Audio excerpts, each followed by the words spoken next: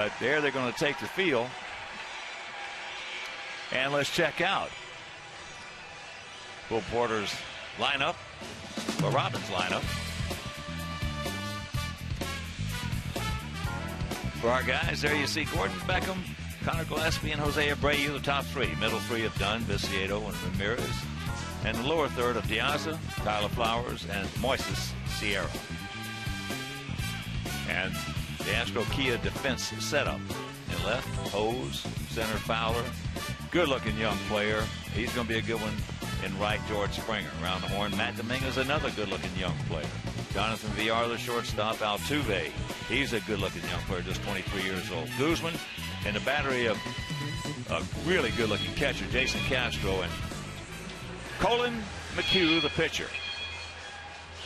Well, you look at his record, 2-1, 2.81 earned run average, and the strikeouts more than one per innings pitched, and only 6 walks to go with 20 hits allowed on the season. They tell us he can grab a strike with his breaking ball just about any time he wants to. And when you look at his career record, Hawk, you'd think, wow, this guy wasn't going to be anything special, but he is in some pretty good company.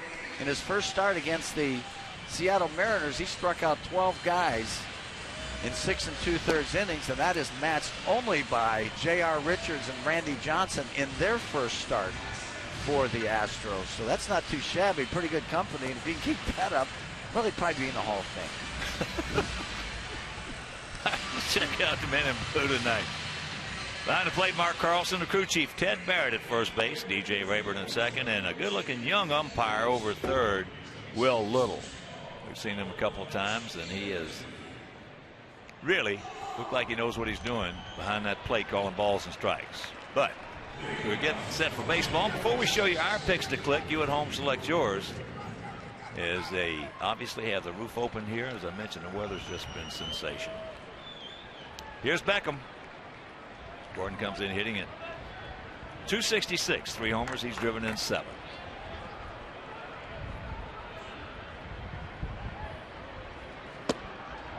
And he takes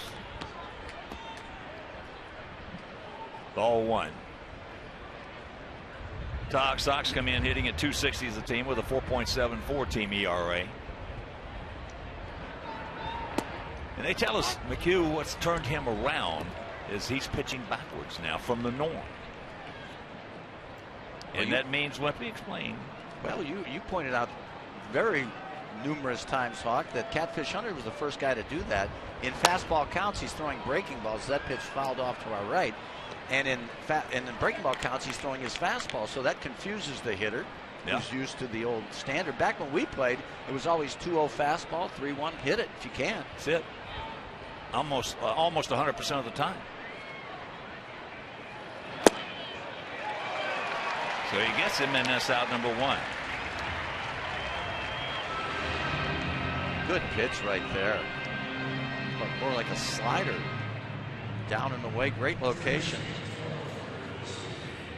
We mentioned he's striking out more than a hitter in innings, so that's pretty darn good. Well, you and I talked about it before the game. Those numbers don't equate to a guy who's 0-8 in the big leagues. So here's Gillespie hitting at 333. No homers. He's driven in 13.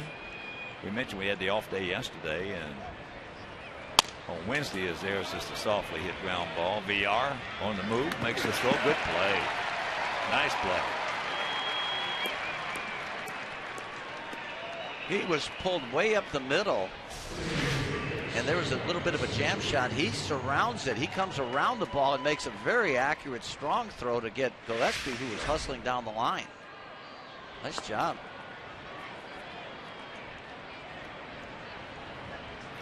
So here's Abreu. 271, 15 homers. He's knocked in 41.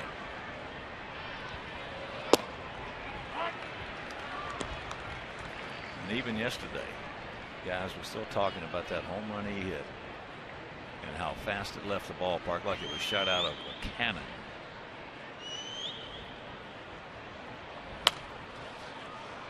But always, well, let's take a look at it. Something down, okay, something in. Is that a fastball? A little bit of a sinker. High sinker. God, it might be the ball that McGuire hit. Remember against Roberto Hernandez? Yeah. About 20 years ago. Yeah. Boom, boom. He was back on the field. Yeah. That one was coming back towards the field. Is that pitch up high?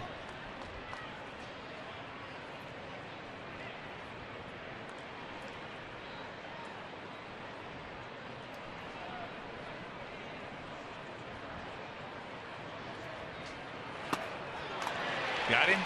So a 1-2-3 inning with a couple of strikeouts for this Colin McHugh.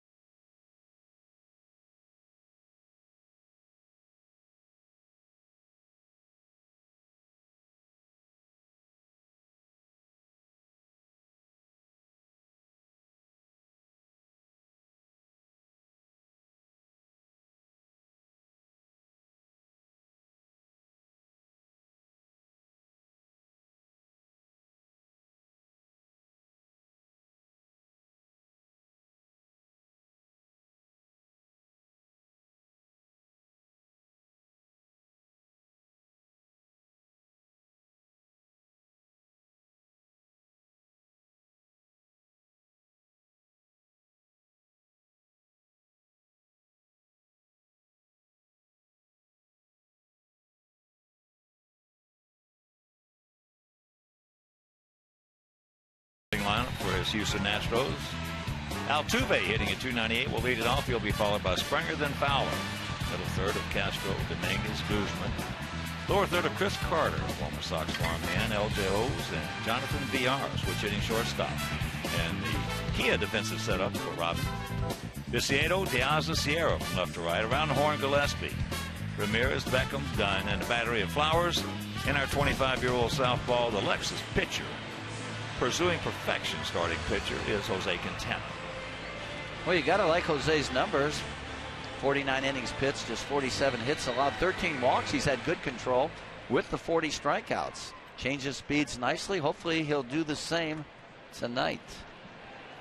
So here's the just turned 24-year-old second baseman Altuve. Takes first pitch strike. Corners in close. Altuve with a homer, 14 knocked in. He has 13 doubles, 2 triples.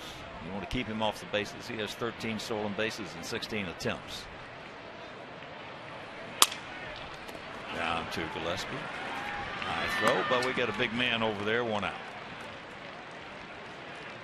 And here at Minute Maid, 3:15 down the left field line, 362 in left center, 436 in center field, 373 in the power alley in right center, and 326 down the right field line.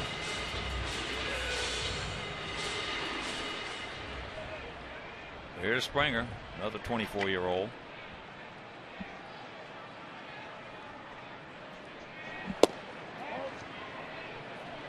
We showed you earlier they come in hitting at .229 as a club with a 4.71 team ERA. They're 8-14 here at home, 6-13 on the road.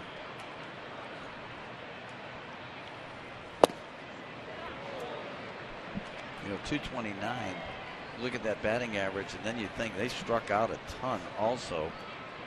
But they go after the first pitch more so than most teams. And this is a good hitter's ballpark, Hog. Oh.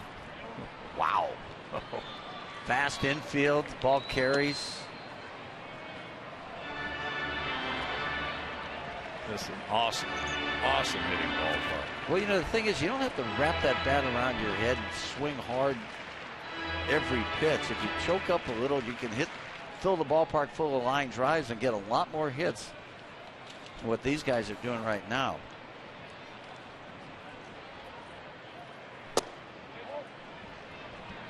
And that pitch taken a little low.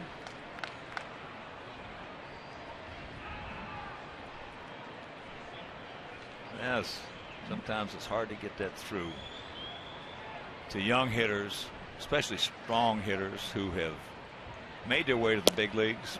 As there is ball 4, because they can hit the ball out of the ballpark. They did it in high school, they did it in college. They're used to it. That's their MO, and it takes a while to get in between those ears. And they've all been raised in that metal bat era too, where they can, you know, it's so much lighter than a wood bat, so you can point that barrel of the bat at the pitcher and wrap it a little bit and still have, you know, command of it and hit with power. Now when you get to the major leagues and you try and do the same thing, they're getting in your kitchen with regularity, and you don't have the same bat speed with that wood that you do with the metal. Here's a switch hitting center fielder, Dexter Fowler, hitting at 257. Fowler coming over from Colorado, where last year he hit 263, 12 homers, and drove in 42.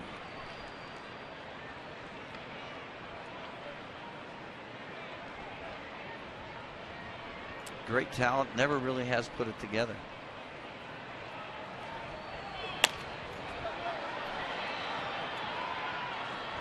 Just muscles that one, souvenir right side.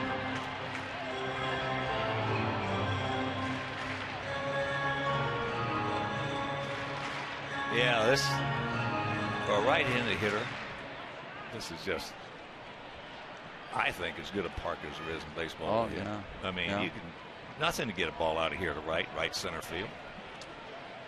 If you got any decent power whatsoever. And then when you get guys like Abreu, that 436 in center field doesn't mean that gun thing. Yeah, and you're playing in perfect conditions here all the time too, because they've got a retractable dome.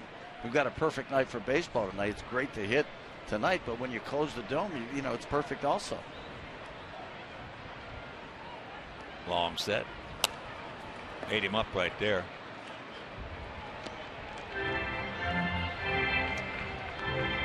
Great pitch. Fowler's got to show that he can hit that inside fastball, because he wants to get those long arms extended out across the plate. Well, he better learn how to hit with short arms. Yeah. Well, you always talked about it, Hawk. Lead with that front elbow. Got to chicken wing it. That's it. Hey, you can hit the ball just as far with short arms as you can with a big extension. My goodness. You were a guy who hit for the most part with short arms, and that's what made you a good hitter. Well, when you got jammed as many times as I did, that scouting, I know what that scouting report was too. Get in this kitchen. See that my thumb, you know, a boxing glove on my right hand, that was a good indication.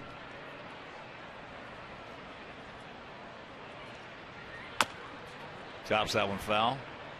Well, they are 5-7 here when the roof is open. When it's closed, they're 2-7. And they had one game where it was open and closed, and they were 1-0. No, but they, you know, I tell you, over the years watching baseball, you know, after playing it and watching it and listening to and talking to literally, you know, thousands of guys, is it you come up with close pitch and he didn't get it. You come up with your philosophy. And I have over the years learned that one of the worst things that you can try to get a young strong hitter to do is get extension. It's a killer because it makes your swing a lot bigger. A lot bigger. He gone. Beauty right there. Had him off balance. 2 down. Nice changeup. 3-2. I thought they'd be running Springer, but look at, he just pulls the string. Great location, great arm speed. Perfect pitch by Quintana. Well, I love the idea that he's put him in the 2-hole, because now it's going to have to, he's going to have to understand it. But he's hitting in, I'm talking about Springer. He's hitting in front of Fowler, who's going to give him a little protection this line as Castro stands in. So that's, he walked, which is good for a young hitter. You got to take your walks. But Fowler's going to have to hit to give him that protection that Bo Porter's wanting him to get. Yeah. Yeah, if Springer is the future, and with Altuve, of course. Yeah, because they don't have one guy 30 years old in this line. No. They only got one guy 29. That's Guzman coming over from San Diego. 24, 24, 27, 26, 24, 27, 24, 23. Is there's a strike. Well, I remember what Casey Stengel said about Greg Goosen once. They asked him about when he was coming up with the Mets. He says, Greg Goosen's 21 years old, and 10 years he's got a chance to be 31. So, I mean, these guys got to start producing sooner or later. There's a lot of guys come quickly, and they're stars at 24, 25. Well, you're one decade, so to speak, behind me in that respect, but it's always been the saying, good ones come in a hurry. I believe it. Oh, I do too. Yeah. I do too. Get him up here. I want to see him play. They need to be nurtured, though, Hawk. Well, you don't have that many Bryce Harpers and Mike Trouts, you know. No. But good ones come in a hurry. Yep. Well, you know, Dave Winfield never spent a day in the minor leagues. Neither did Bob Horner. Al Kaline. Al Kaline, yeah. Led the league when he was 20 years old and hit it. Yeah. Hit 340. The Tigers.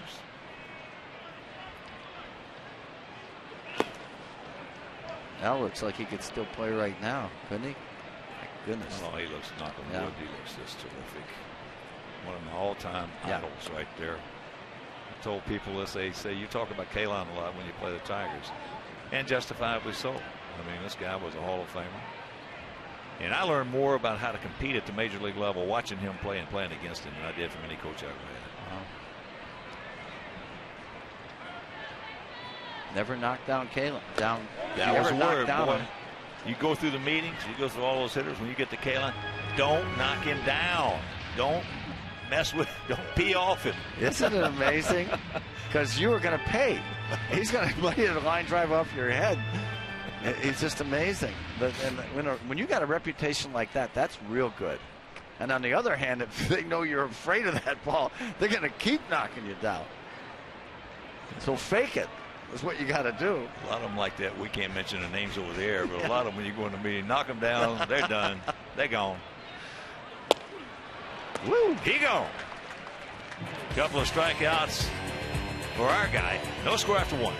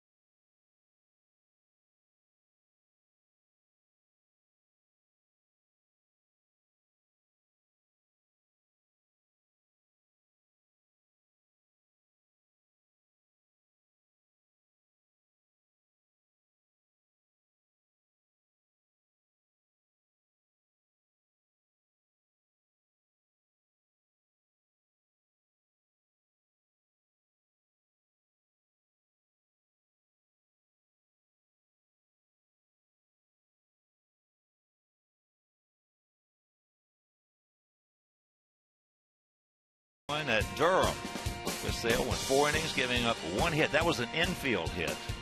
No runs, 2 walks, and he had 11 strikeouts through 68 pitches. So it looks like he's on the right track. Now we got to get Adam Eaton back. 11 strikeouts in 4 innings. That's good. Yeah, Adam looks like he's ready to go.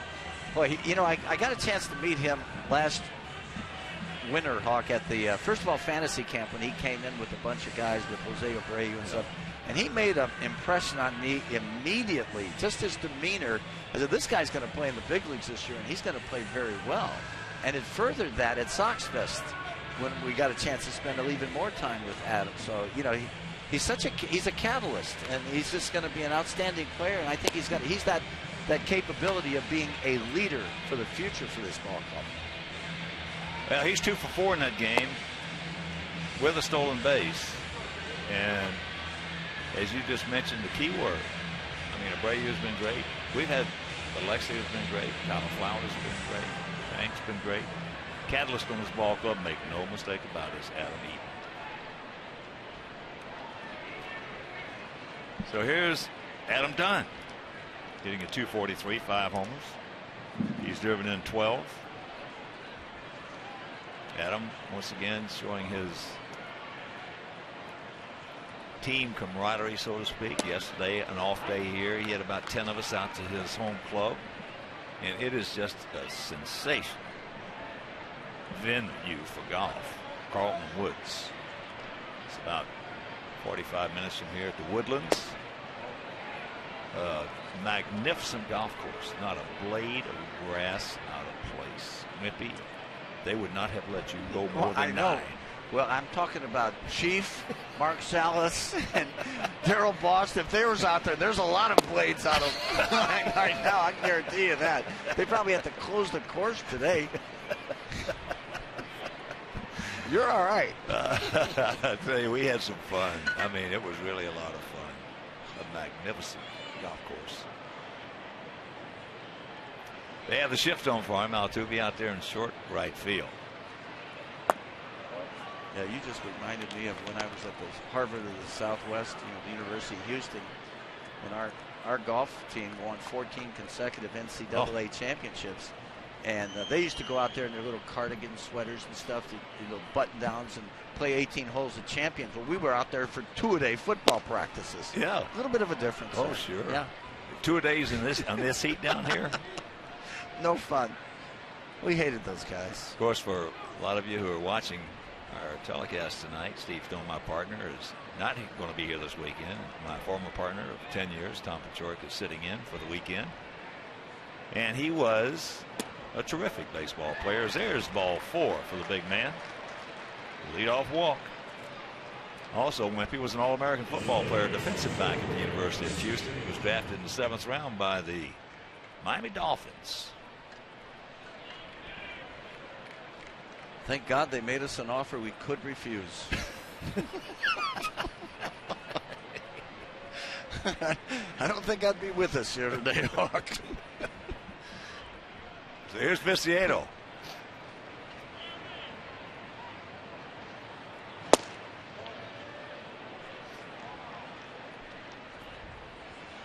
Outfield, just slightly to the right, about equidistant, spread out. Tank with a .295 average.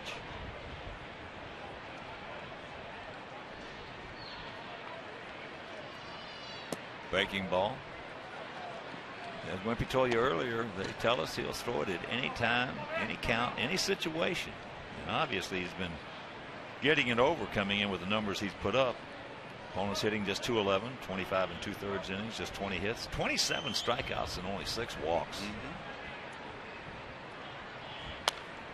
Good rip by Tank. Had a good pitch to hit and just could not quite barrel it up. He's a local, but Naperville, Illinois. He was born in Naperville. I was getting ready to say he's 6'2", 195, 26 years old, born in Naperville. Nice little town right beside Lyle. Yeah. And Downers Grove. There's a shot right to Dominguez. Boy, that's a hang whooping right there. Well, he kept pounding him inside with the fastball. And Tank, well, he short-armed that one, hit it as hard as you can, but unfortunately right at the third baseman. Kept inside. Look at this. Wow. Well, that was the thing that first impressed me about Abreu in spring training. From first day I saw him taking batting practice, he was hitting some 450, 500-foot shots on batting practice pitches that were inside, and he was hitting them hard and keeping them fair. Wow. Not easy to do. No. Well, the guys who did it, the guys who could do it over a long period of time were in Cooperstown. And you start with number 44. Yes. Bad Henry. He could hit with those short arms. Hank Aaron. And you go to Mike Schmidt, could hit with those short arms. Keep it. Yeah. Yeah, Aaron never hit topspin balls. He always had that underspin on it to keep him fair. Yeah, you get a lot of extension. You're going to put a lot of topspin. You're going to hit those. A guy who now, always exceptions to any kind of a situation in baseball or sports, period. But a guy who wanted to get extension all the time was maybe the greatest hitter to ever live, certainly in the top 5, Ted Williams. And he wanted to get extension. If he had hit with, there is a rack 'em up. Low throw, bad throw by Altuve. Good scoop right there by Jesus Guzman, and after an inning and a half, no score.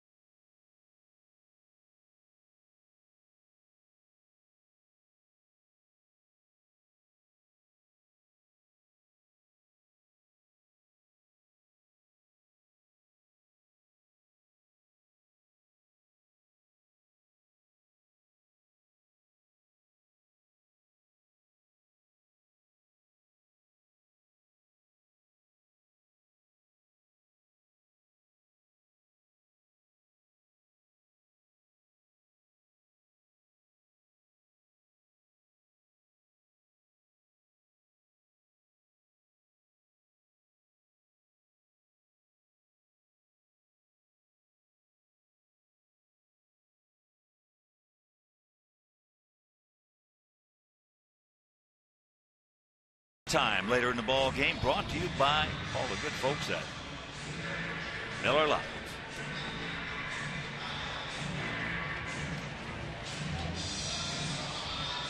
Dominguez, Guzman, and Carter here in their half of the second inning. In the first of 3 games here at the Juice Box.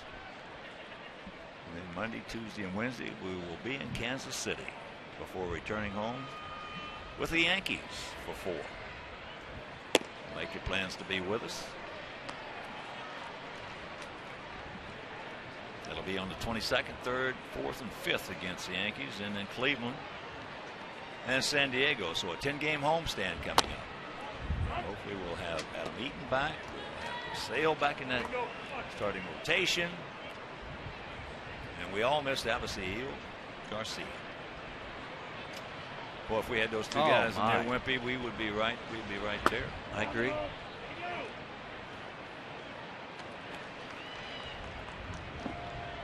Well, once again, the disabled list, most teams just full of great players too. It's a shame. There's a chopper. Well, these guys are better players than you and I were, Wimpy. They don't have better teams. They don't have better teams, but they're better players. They can do things that, with sliding and I mean, just the physical, the defensive skills that they have. We had some good ones in our day, and they were fun to watch, great to play with, great to play against. But overall, these individuals coming in today are more talented physically, not mentally, but physically than we were. Well, they're certainly a lot bigger and stronger. That's exactly. Why wouldn't they be? Yeah. Well, but you just kind of wonder, are they too muscular? Are they too tight? As Buter would say, you can't pull fat. Well, we both know one thing. Cooper's town is full of guys who are about 25, 30 pounds overweight. That's right. George Herman, Babe Ruth. That always comes to mind.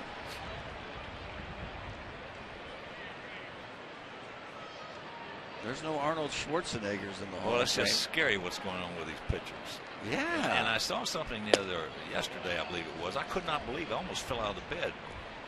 After we played golf, I came home. I was tired. I showered up and some room service. And I heard this report. I forget what channel I was watching. That this one guy recommends they lower the mound to help solve the problem, which is exactly the opposite of what they should do. Yeah.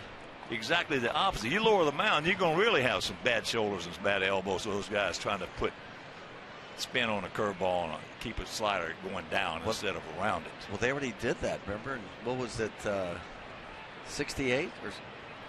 Yeah, they lowered the mound in 69 after 69. The 68 season. Yeah. Prior to that, they had guys completing, 28, 30, 31, 32 games. Yep. And I'm talking about 36, 37 starts, 38 starts. Yeah. If they lower that mound, it's going to be a disaster. There's a base hit. So Guzman, you can cancel the post-game show. Well, I know, and there's some skeptics out there too. I was listening to Leo Mazzoni talk the other day on an Atlanta sports station about the fact that he doesn't think that guys throw enough between starts, and they don't get that release point, that fine edge that they would have, like Maddox and Glavine and those guys cultivated when they were with the Braves. Of course, that's another breed of pitchers. Well, I'm going to give you a little something I read this afternoon, or this morning on my iPad. Yes, here's Chris Carter. Oh boy, hit foul. And it's foul. Thank you very much. Carter, who wore us out last year, comes in hitting at 189, 5 homers, 15 knocked in. Last year he had 29 homers for these guys and drove an 82. What did he strike out? 225 or so? He was a 373 hitter against us last year. Wow. And most of it was on off-speed stuff. But I was looking at my iPad this morning. There was a high school coach, I believe it was in Washington. Yes. Allowed his pitcher to throw 194 pitches in a 14-inning game. That is criminal. I mean, that is unbelievable. They won the game 1-0. 194 pitches he allowed this high school pitcher to throw in one day. In a tight ball game. Yeah. Oh yeah, a stressful ball game. Yeah, every stressful. pitch. Yeah. Boy.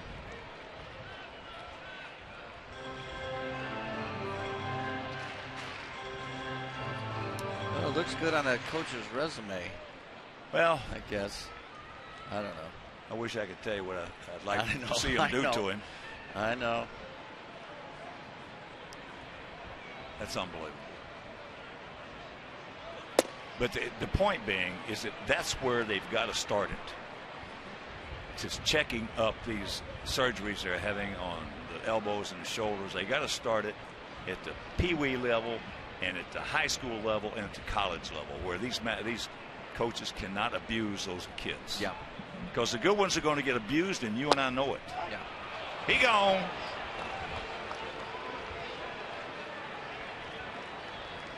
Strikeout number 3. Good fastball down.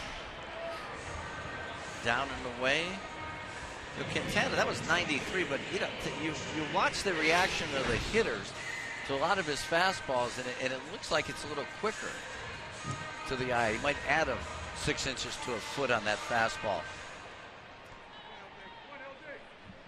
So here's LJ Hose hitting at 214, a couple of homers, 6 knocked in. 281 career hitter. Yeah, but they have to start checking it up at those levels in Little League and Pony League and high school and college. Somebody was telling me yesterday that Dr. Andrews had a thing to whereas a sort of a formula starting off at those levels, where they couldn't be abused as much. Pitch limits.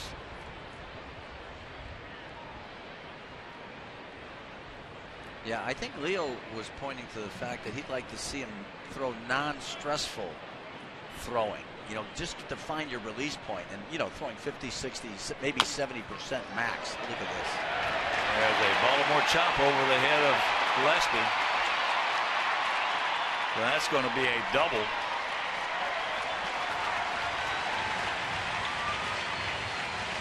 Two out, Ducks on the pond.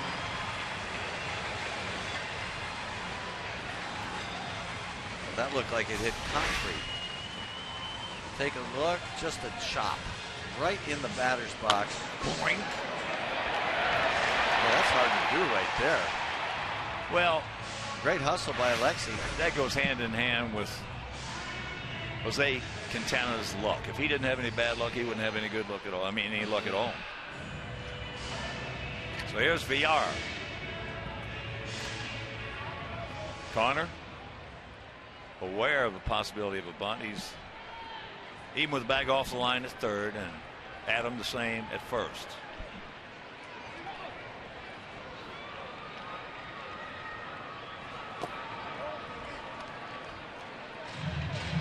This is the man you want right here. You don't want Altuve at the plate.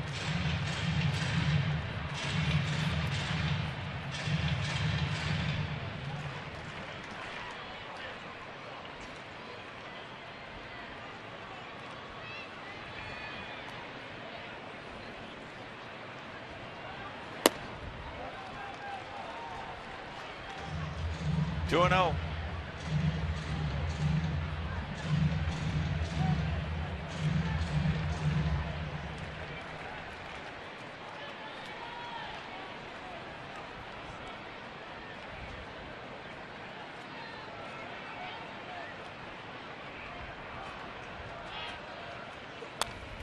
Good rip by VR.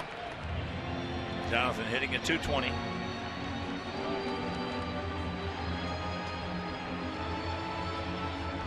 He's got some pop. He's got 5 home runs. Yeah. He's got some speed, too. 10 out of 11 in stolen bases. So it's like one of those guys that might be a force in the future. Well, again, 23 years old. They've got, hey, they should have some good talent because they had a lot of #1 drafts. Yes. Nice.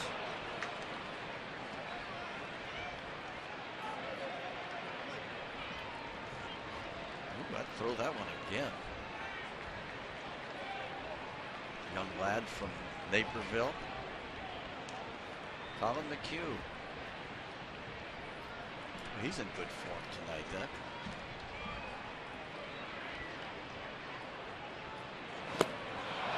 He gone.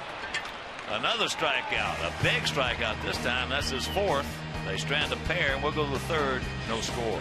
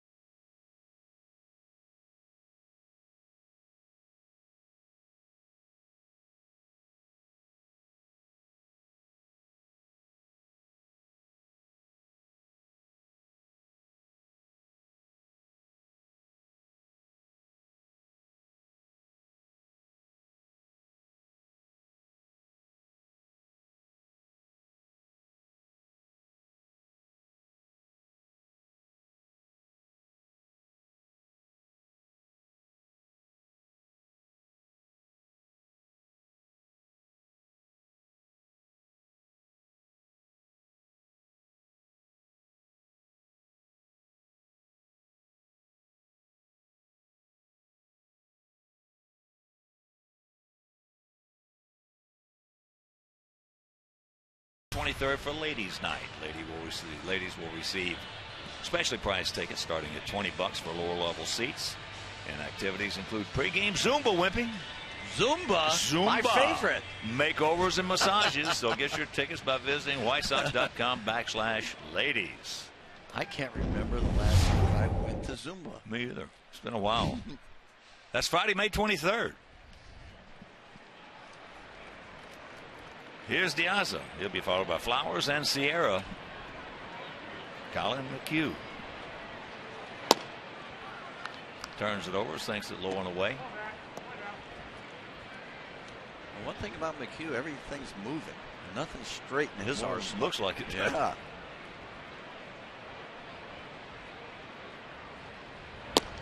There's a strike. I've always been more fond of guys that go with. I just don't. I like when they go over the top, bring their hands up above their heads. And, I don't know. All the old timers did it. McHugh's doing it. Breaking ball, fakes the bunt and takes the ball. Says Will Little at third. It's well against the O's on Saturday. Orioles got a good team. 6 1/3, just 2 earned runs. Isn't it? Not too many guys that don't have a good team today. Yeah. We were talking about the parity. That ball yanked foul hard. But we were talking about the parity that Bud Selig strove so hard to get in the big leagues. And he got there. He did. There's only 4 teams that were off to great starts this year. You look at Milwaukee, San Francisco, Oakland, and Detroit. And there are 3 teams that are having horrible records. These guys, Astros being one, Cubs and Diamondbacks. There you go. You can cancel a post-game show. There's the leadoff single, our first hit. And 23 teams, Hawk, are within striking distance of 500. As you look at the good swing by Diaza, pitch away, went after it nicely, let it get deeper, hands before the barrel of the bat. Well, that's Steve and I were talking about the other day. That's the reason there's not going to be many deals going on right now because there's just too many teams. No. Too many teams, and when your marketplace or market share gets down as far as being able to make a deal, that sort of curtails it. There's a breaking ball strike. Tyler hitting at .313, a couple of homers. He's driven in 13. Yeah, you go on a 5-game winning streak and you're right there.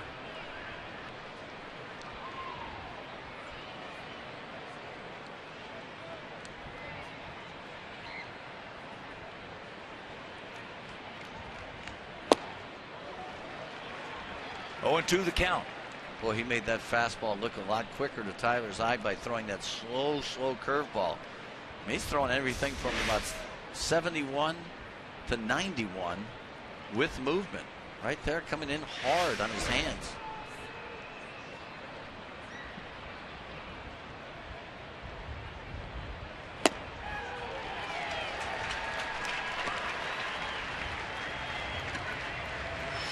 Third strikeout for McHugh. High heat right here. Doubles him up. Fastball before was up and in. This one was up and away. It looked like it had movement by looking at Tyler's swing. So here's Sierra. Hitting at .310, a homer. He's driven in a pair with us. And that was his overall average you just saw. Which we don't care about that. We just care what he's doing with us. Absolutely.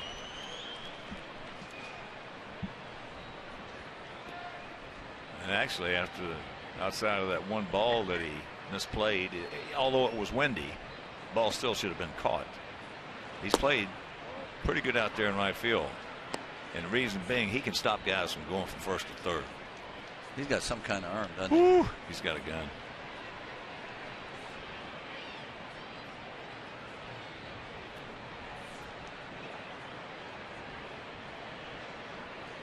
Outfield, well around to the right.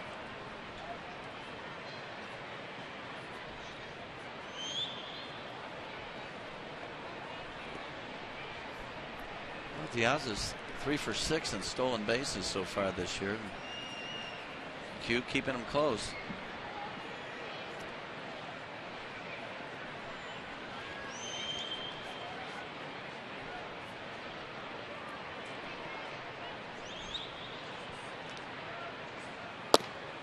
And that pitch inside. I'll tell you another reason why McHugh's successful too, Hawks, the fact he doesn't look like he's afraid to pitch inside at all. He's throwing a lot of inside fastballs, especially to the right-handed hitters.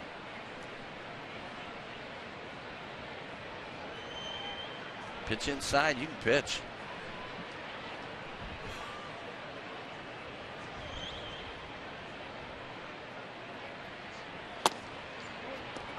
Well, Sandy Koufax, great left-hander for the Dodgers. Told me one time, show me a guy that can't pitch inside and I'll show you a loser. Yeah. His teammate, Double D was his name. He was good at pitching inside, wasn't he? Drysdale. Well, he had a you know, it's like your mantra, so to speak, is if you paid for it, it costs too much. Right. You still living by that? Yes, sir. Okay. Drysdale's was, I'm going to hit you before you get me. Yep. Everybody knew that too. Nobody hit any Dodgers when Drysdale was pitching. Well, you know, Koufax especially. Yeah, when Sandy was pitching, the other team just didn't want to hit that day. He was lucky. Yeah, they couldn't hit. That's right. Everybody was in a slump. As he took off, that pitch fouled out of play.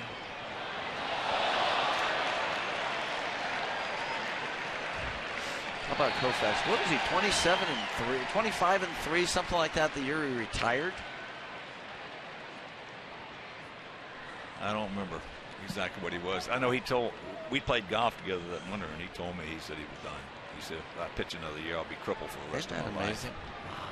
Say, he could hit that golf ball a long way. Really? Oh, yeah.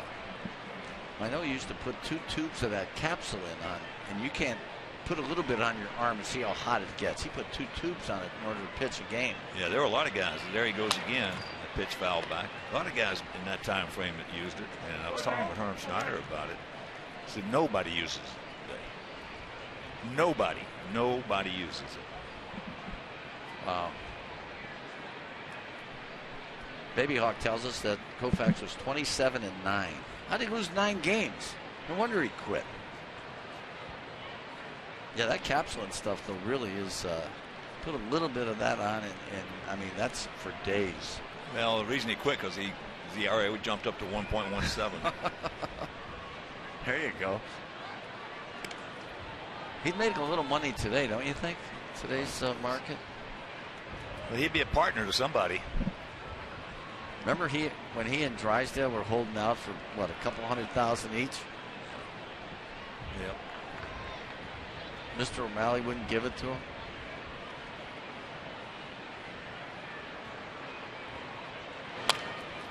And he starts off again, and another foul ball.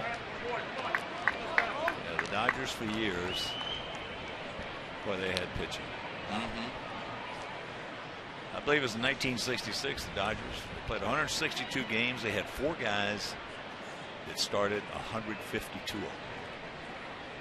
And they had 1 guy that started the other 10. And that was Joe Moeller. Those were double headers. Yeah. And that's ball 4. That's a good at bat right there by Moises. Fouling off some good pitches by McHugh.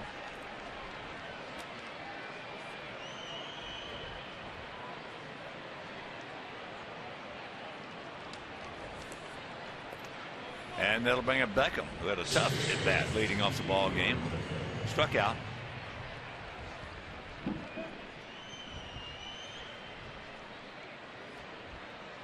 Yeah, Gordon looks like he did when he was a rookie. When he hit for power and drove in 60-some runs in about a half a season with 13 homers. When he came up from the University of Georgia. Swinging with a lot more authority right now.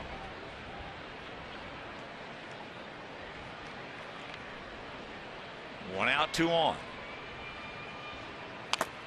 Well, it might be the married life, whatever, because he is back in that frame of mind that you just mentioned. He seems very confident. He's carrying himself the same way he did when he first came up. And he just looks like Gordon Beckham should look. Yeah, yeah. Yeah, when he first came up, I said, wow, this guy's going to hit third for the Sox for 15 years. I do too. I really believe that, yeah. Started tinkering with a lot of different things. Which happens to a lot of young players. I didn't think it would happen to him, but it did. And you know, there's a nice catch. He brought his glove. But you know yourself, the worst place for a hitter to be is in between. And he finally worked himself into being in between. It appeared to be anyway. Yeah.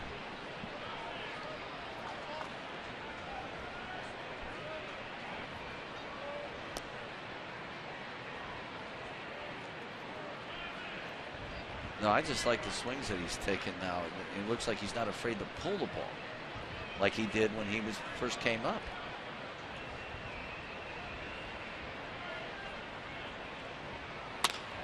That ball hit high and deep to right center field. Yowza tagging. And a throw. 2 down runners at the corners.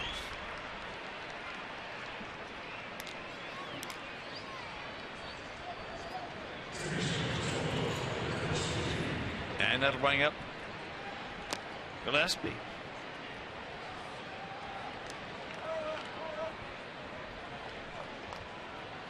So Wempe has picked a click, standing on third base.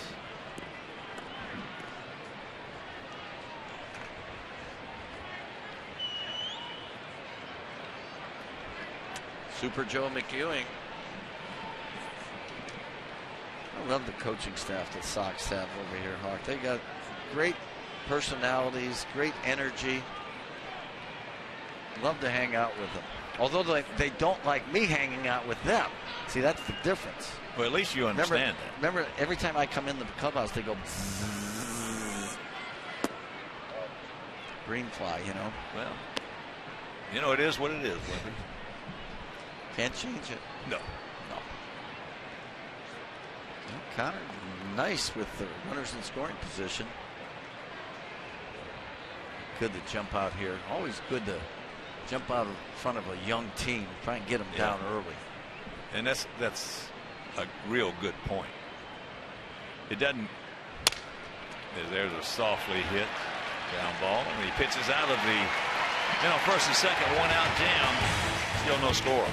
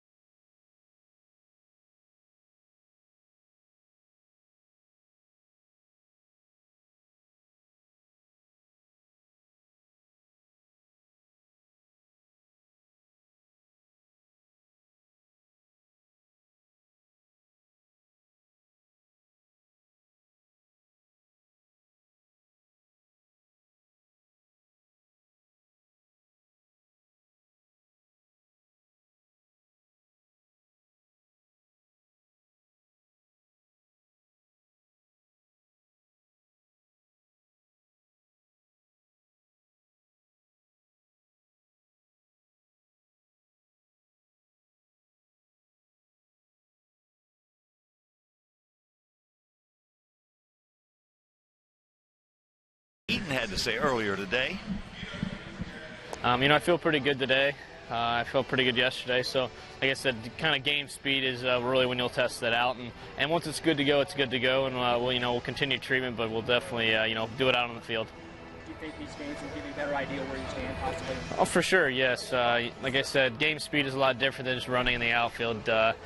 Kind of the sense of smelling for a hit, really digging it out, giving 110% is, you can't really translate that in the outfield. So these will be a good test, and, if you pass with flying colors, I'll be excited to get back with the team. How anxious are you to get back there? Extremely. You know, I don't really enjoy being on the DL. It's not a good feeling. You know, you kind of lose touch with the team. So, you know, definitely excited to get back and, you know, try to be that catalyst at the top of the order. Playing AAA, I mean, just kind of taking you back to the old days a little bit. Old day. Well, I mean, I was there 2 or some years ago, but yeah, no, it definitely does. You know, you definitely think back to those days and you enjoy those days, but you know, you have an appreciation for, you know, for everyone who goes through it. It's not the most fun time in your life, but definitely memorable times throughout your career. So definitely have a lot more respect for the guys here. 1 pitch, 1 out on a line drive by Altuve to Diaz in center field. And encouraging words coming from our catalyst. It's been a long time. It's been a long time since we've had a leadoff guy of that ilk. Yeah. You know, teams are looking for leadoff hitters all over the place. Atlanta, for one. Well, you know, they're in first place in their league. They don't have a leadoff hitter. You know, you brought up a great point. Last inning. It's not talked about enough because of the youth of today. Okay, there's so many more young players in major leagues today because of the 30 teams. Okay, but it's imperative today to try to get ahead of a young ball club because it's harder for them to come back. It's easier for a veterans club. If you jump on top of the Tigers, they don't care too much. You know, it didn't bother them too much. You jump on top of young ball clubs and they start pressing, and it's tougher in that respect for them to come back. But you know, Dave Ross, associate producer, just did some research, and I had mentioned that Joe Moeller started 10. In 1966 the Dodgers had 5 guys that started 162 games. Sandy Koufax started 41. Don Drysdale started 40. Bud Osteen started 38. Don Sutton started 35. And Joe Moeller started the other 8. Isn't that something? The ball high in the right center. Moises. So Springer is retired. Well, you think that'll ever happen again? Well, like no, now? it won't, because, you know, we saw something in 05 with our Sox here. 4 consecutive complete games, and only from 6 pitches it would have been 5 consecutive complete games. That, in my opinion, that will never happen again. And that was just in 05. Now we're talking about 66. That was almost a half a century ago. Wow. 41 starts. Well, 66, you know, that's 34, 44, 48 years ago. And, you know, that'll never happen again. Yeah. 5 guys completing 162 games. Well, how about the Orioles having 4 20-game winners in a season? That'll never happen again. Never. I feel tough enough to get 1. I still think, though, Wimpy, I really believe this, and in fact, if you're just tuning in, joining us, my partner Steve Stone is not going to be here this weekend. My former partner, the Wimperoo Tom Pachorik, is sitting in for him. But I still am a firm believer that someday, it won't be in my lifetime. It might be in yours, but it won't be in mine. Oh, I don't know. Some GM and some organization are going to have the stones to go back to a 4-man rotation. But before that happens, I really believe that there'll be a 6-man rotation before there'll be a 4-man rotation. I agree with that. Yeah. Well, Nolan Ryan always was the guy that I always think of now in our, you know, recent history that advocated that. Well, Nolan Ryan was the guy who was the architect of the resurrection and the renaissance of the Texas Ranger organization. There's no question about that. And for them to have let him go was, to me, was a travesty. When you get an icon like that, you know, in my time zone, the symbol pitching, believe it or not, was not Sandy Koufax, even though he was the best pitcher. Is there is ball 4 to Dexter Fowler. Even though Sandy was the best pitcher, he was not the symbol. The symbol of pitching was Don Drysdale. Yes, I agree. He pitched. He made every start one year with a broken hand. Never missed a start, and he had a broken right hand. The symbol of pitching after him was Nolan Ryan. And he's the one that changed the mindset of the Rangers down there in that hot weather. There's going to be no more of this 5 and fly stuff, guys. If you're going to pitch for the Rangers, you're going to get your innings in. Here's Castro, and now he's with the Houston organization, which is probably one of the best moves they could make. Absolutely. To get him here, because they got so many good youngsters coming up, and he can impart some of the same stuff as he did resurrected the Ranger organization.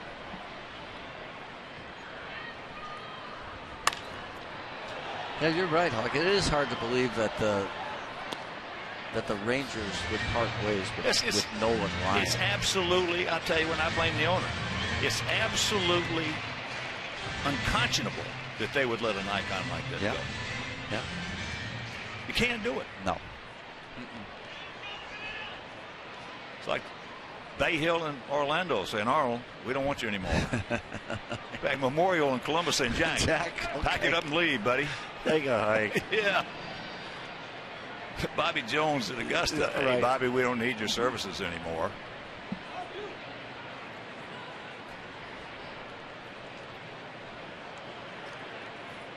Yeah, to hit off Nolan Ryan was really unbelievable.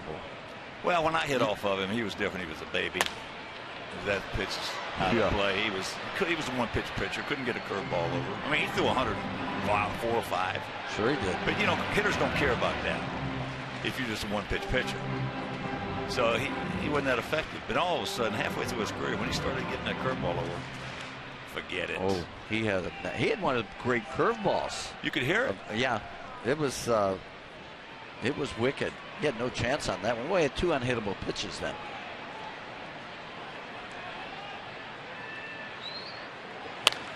Line drive. Gordon stays in front of it. Sucks it up. Throws him out. And we have completed 3 scoreless.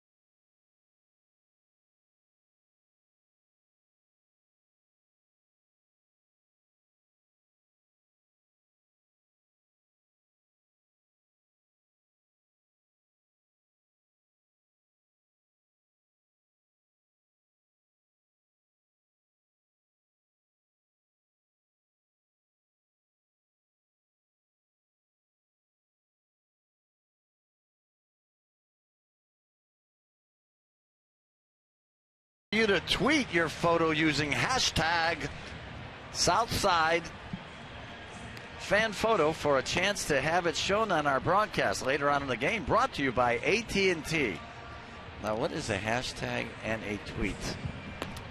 You know, Tommy Lasorda and I are the only 2 guys in the world that have a flip-top phone, and we're proud of it. So all you tweeters out there, go ahead. Hashtag your lives away. Well, I got you one up there. I got the only phone around with send and end on it. That's the only buttons I got on it. Send and end. That's still a little bit tough for me. Ooh. There's the guys going into Cooperstown. Absolutely. Craig Biggio. What a player. What a gamer. What a catalyst. Yes. Started off as a catcher. Remember, he signed out of Seton Hall.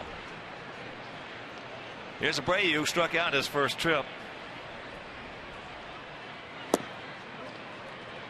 Boy, he is the talk of the town.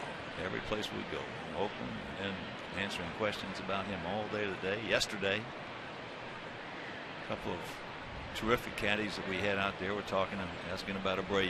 Everybody at Carlton Woods, the bellman at the hotel we're at. I had lunch today at Del Frisco's, which is just a fabulous restaurant, and one of the waiters talk about Abreu. I mean, it's just terrific. What's going on? It is amazing. Well, they had the guts to sign him, and it's really paying off. Well, that's the key for Kenny Williams to go down and scout him. Okay? Look at him for an extended period of time. Come back and tell the chairman, we got to sign this guy. And it's going to cost, as he gets him, 1 out. And it's going to cost a lot of money. And he told the chairman he's the best looking thing I've ever seen. Most professional. And it might turn out to be one of the great signs in White Sox history. Oh, no doubt. Yeah.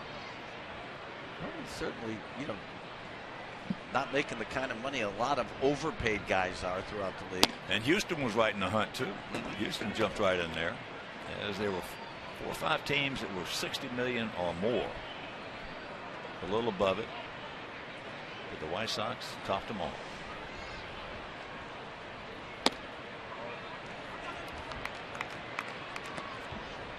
Adam walked to lead off the second inning.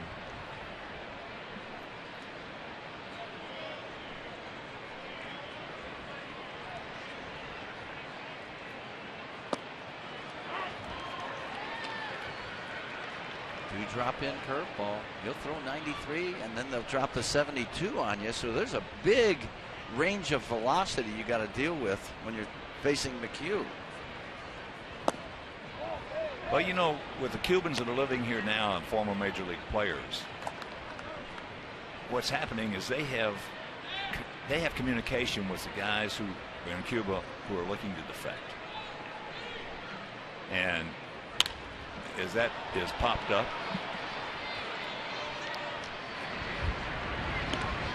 so that is out number 2.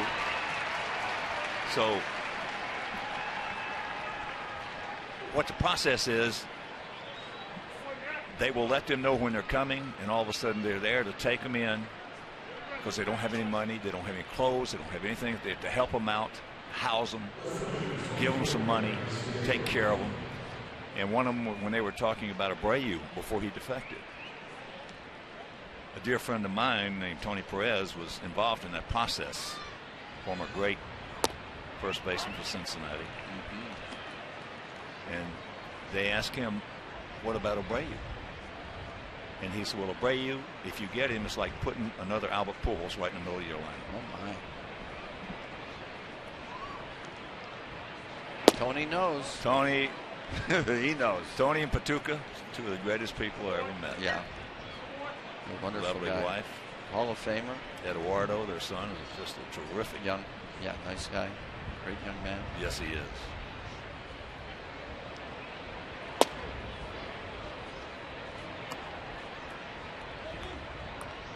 Two balls, a strike, 2 outs.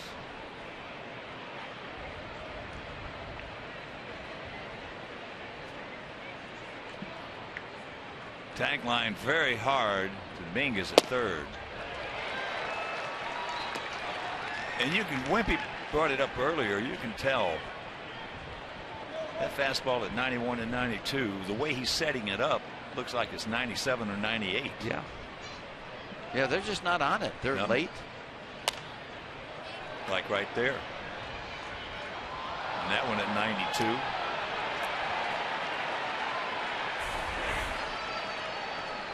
Take another look at it. Look at it. It's boring in on his hands, too. So he's got that late movement, too, which makes it that much tougher to cover.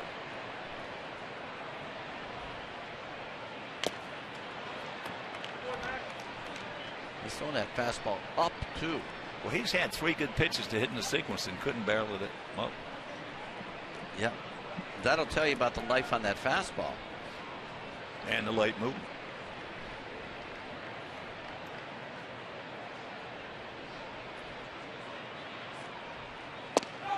Oops. Curveball. It was not a strike. He said it was. Mark Carlson. And that'll retire the side.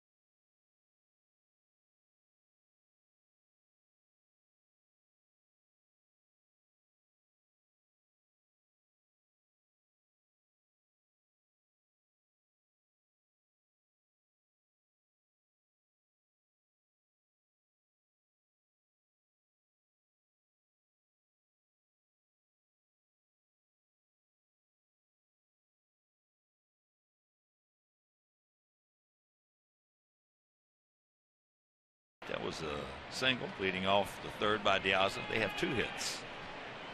Both of them coming back in the second inning, and Quintana pitched out of it. So here's Matt Dominguez. He grounded out to Alexei.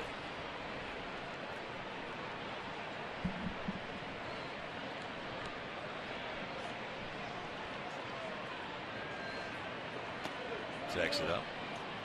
You know, we were talking earlier about extension and short arms. Guys learning how to hit like you did with short arms, you know. Our buddy Frank Pater, Padur, just texted me in between innings there that tell Wimpy he got a short arm practice reaching for his wallet. Thanks, Frank.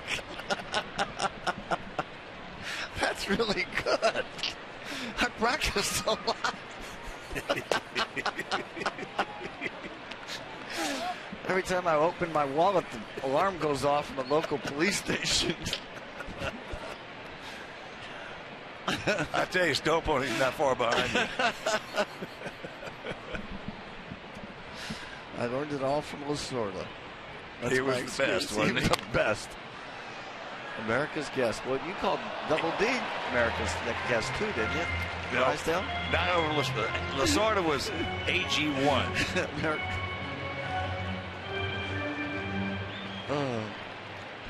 You were AG2. I don't know if I. That's a great honor, but I don't think I qualified. Ground ball. Alexi's going to get him again. Bobbled it right over the top in time. 1 out. Good concentration right there. Looked like it took a bad hop, although Infield looks like it's in great shape. Nice ballpark to hit in, as we talked about earlier. Fast infield, ball carries well here. It's got perfect conditions every night because of the retractable roof. Good place to play.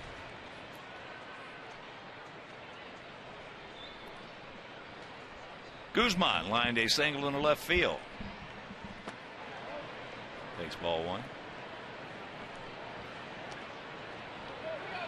Tomorrow it'll be Hector Noesi against Jared Cosart. Now that game will be over WGN. And that is a 6:10 start. Excuse me, 3:10 start. It's got 6:10 on my press guide here. 3:10 start. Then a 1:10 start on Sunday, right back here on Comcast Sportsnet.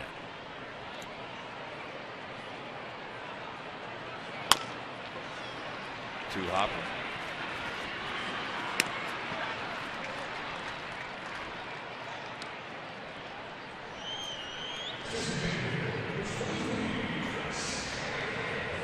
So here's Chris Carter called out on a fastball.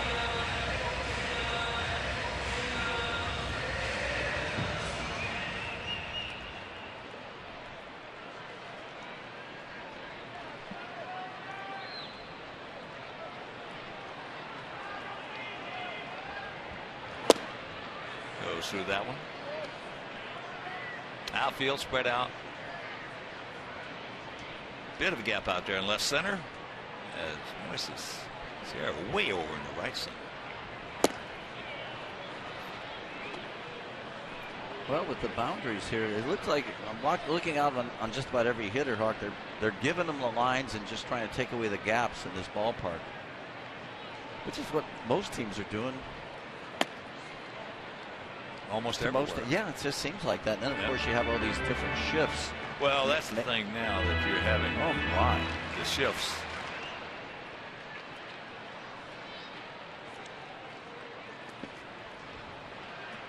Most prominent manager in recent years, not real close, recent, but Whitey Herzog.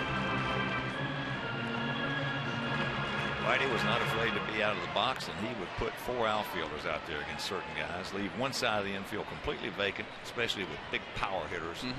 Try to get them the other way to keep them in the ballpark, right, in a close game. Yeah, dare them to do something like that and take them out of their routine. Rhythm and routine.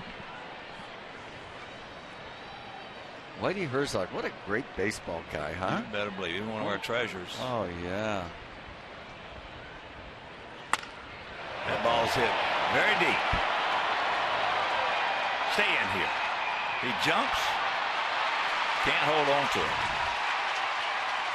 Carter will stay at second.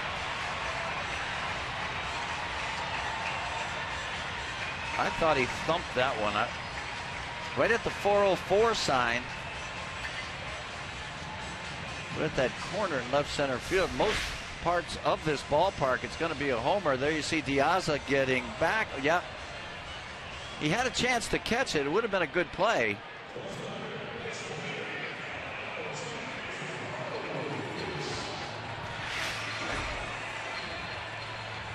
So here is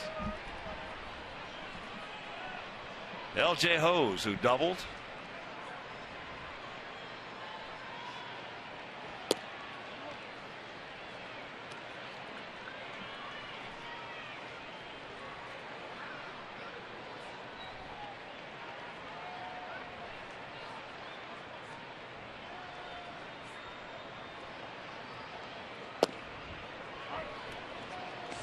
And that evens the count at 1. 2 out, 1 ball, 1 strike. Well, one thing both of these pitchers are doing, they're working, they're getting the ball and pitching. They're getting it, throwing it.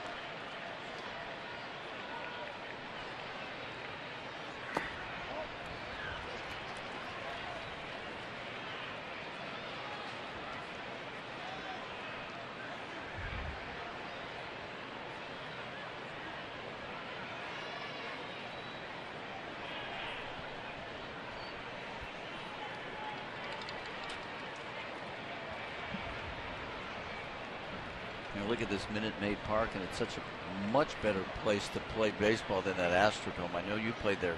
What did you play? One game there, didn't you, Harper? The All-Star game? We played the All-Star game there. 68. But yeah. we also, we played 4 exhibition games there when you're coming north. I think it was 69. We played 3 or 4 exhibition games there. Yeah, it was dark. Boy, they had some rats in that place, didn't they? Big ones.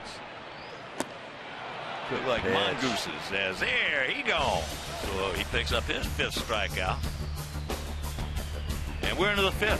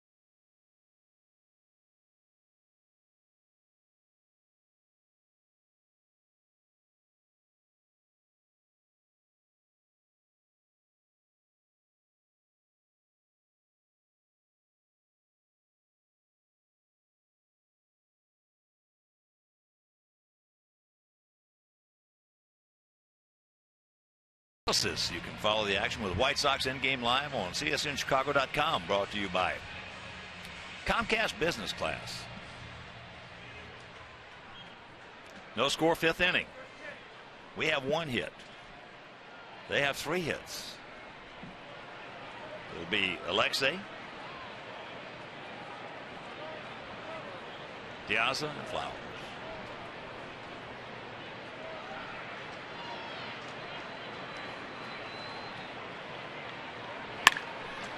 Boy, there's just a bullet. He hung him one, just a hair too quick. We're lucky to come out of that one with a free ball and no bruises. That ball was crushed. Yeah, that's kind of can activate your dental plan right yeah. there. Oh yeah. Speaking of dental plans, Art Cave is on this trip. Art Kushner. White Sox great.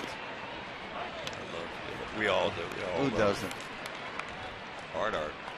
Best Judy. Storyteller I've ever heard in my life. Yeah. When there's no ladies around. Absolutely. He is class by himself. Good look. Lord.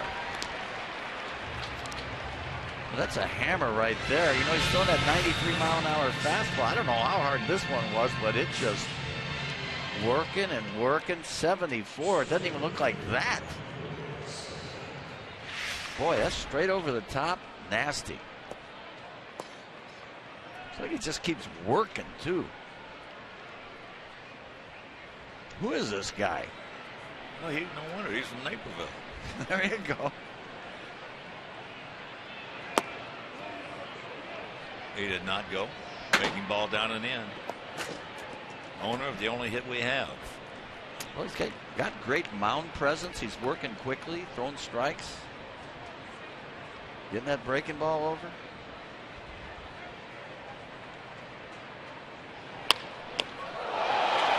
There's a hang Ho hum. Colin McHugh.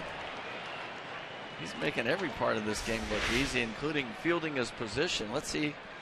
Well, he gets some pretty good fielding and right to his glove. That was save and a beauty. That was a bullet there. Yeah. Right? Right where his glove was.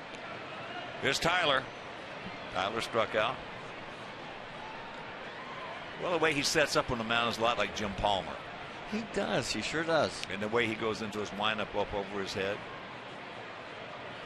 Jim Palmer, 8-time 20-game winner.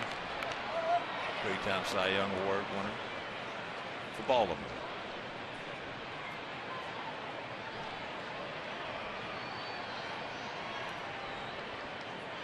Well, he's been 65 pitches.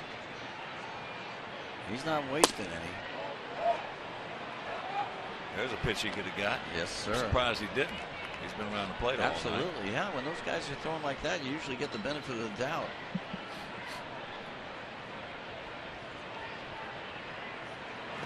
There's that. And you mentioned 4 20-game winners back in '71 for Baltimore, which Palmer was one of them. Dave Ross got some more research done and said of the 162 games that year, those 4 guys started 142 of them.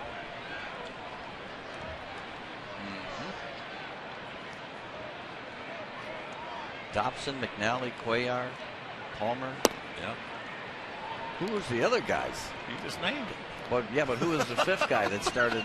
I know that. Wait a minute. They start 142 Did you take games. remedial math or remedial reading Yes, at Houston? both. Both. We pride ourselves in our knowledge at the U of H. Yeah, there was another guy that started the other games. So if they started 142 of them. 71. Eddie Watt wasn't one of them, I don't think. Then Grant Jackson, the left-hander. Okay. Started 9 of them, Rossi says. Okay. There's a walk. How'd you know my schedule of classes? Well, you took them so many times. And the second time, I usually got a worse grade on it, too. So here's Sierra.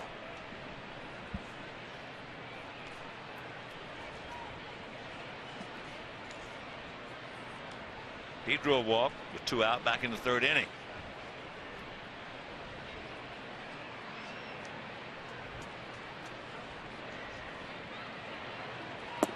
Curveball.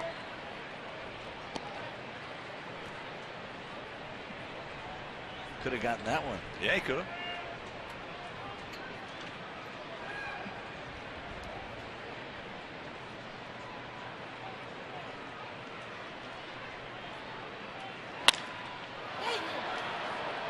And that is a high towering fly ball into center field. We're halfway home.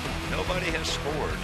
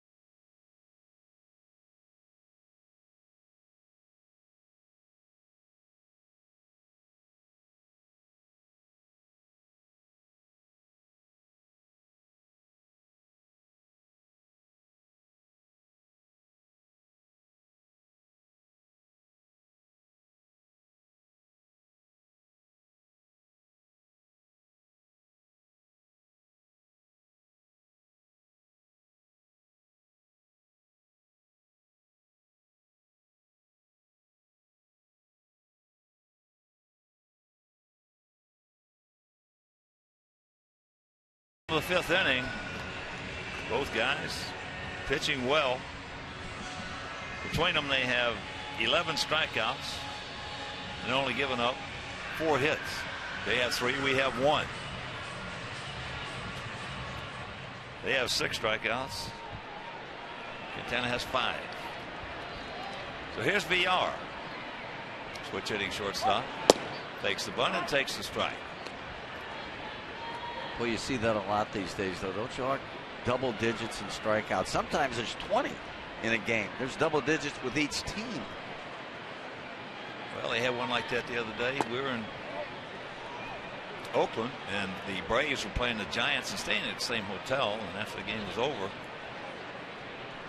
I saw Greg Walker coming in, and I said, "How'd you guys do, Walker?" He said, "Well, we got beat." He says, "I'm getting tired of seeing strikeouts. There were 20 strikeouts in that game, 10 on each side." Yeah. Oh, yeah. I mean, and that's not so crazy. I mean, it's happening all the time. Well, you got no chance of getting a hit or scoring any runs when you're punching out that many times.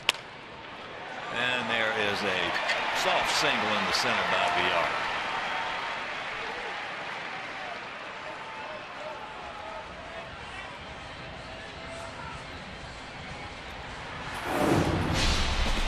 Here's our high-speed action in Xfinity. There you see all the replays, all the strikeouts. McHugh and Quintana both dealing. They got great command of their fastballs. They're breaking stuff, change-ups, you name it. It's hard to hit. Those guys doing a terrific job. And the wrong guy's on base. Wimpy told you earlier, this guy is 10 for 11 in stolen bases.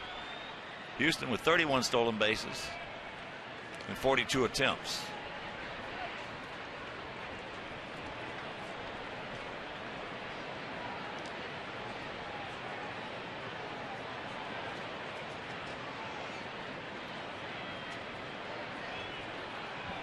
Derek Brock, the coach at first. Pat Listash, the coach at third. He was Rookie of the Year, remember? The Brewers. Oh, yeah. Nacatez. Is that how you pronounce it? From Louisiana. We always used to talk about the town that he was from. Nacogdoches. Could be Nacogdoches. Pat.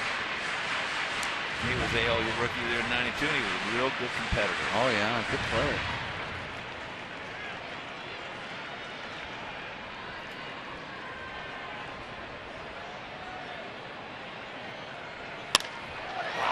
Trouble brewing as Altuve slams it into left field. Now there's a bobble out there, and everybody advances. So that'll be a single and an error. Well, we talked about our outfield defense, and it's hard to win when your outfield defense is bad. Yeah. You can see the bat speed that Altuve has. He got a cookie on 2-0, got a fastball right down the middle, and nobody was going anywhere. VR was not going anywhere until Tank bobbled it, so it puts 2 runners on in scoring position. Now Springer has to execute right here. Hit a ball to the right side of the field, 1 over, 1 in.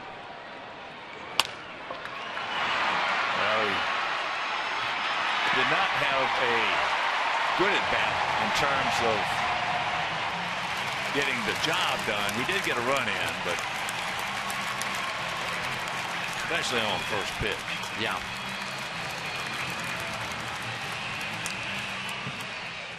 So what could have been a double play. Yep. They score a run and they still got 2 men on and 1 out. Yeah, you just can't have bad outfield defense and be competitive.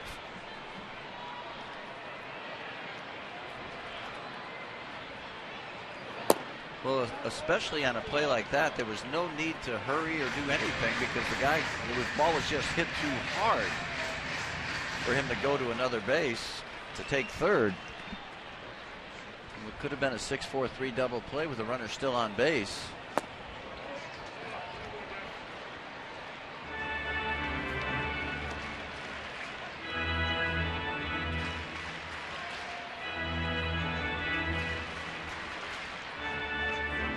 Well, the best way to protect your pitchers on a consistent basis, obviously, is to score a ton of runs, which is not going to happen every night. Right.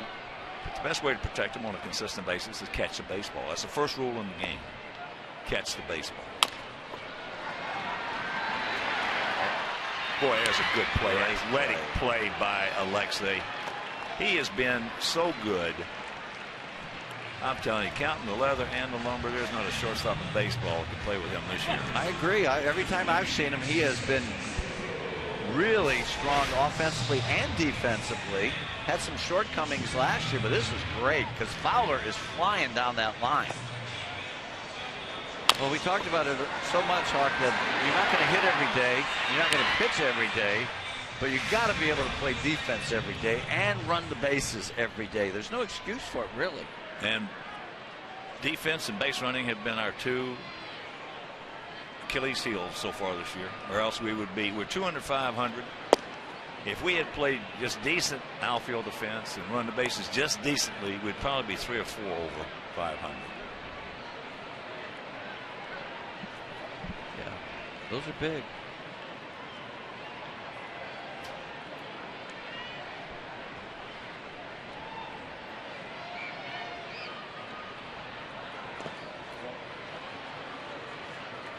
Nice job by Tyler getting in front of that breaking ball in the dirt. Got that great speed at third. Now Altuve looking to score on anything that gets a little bit away from the catcher.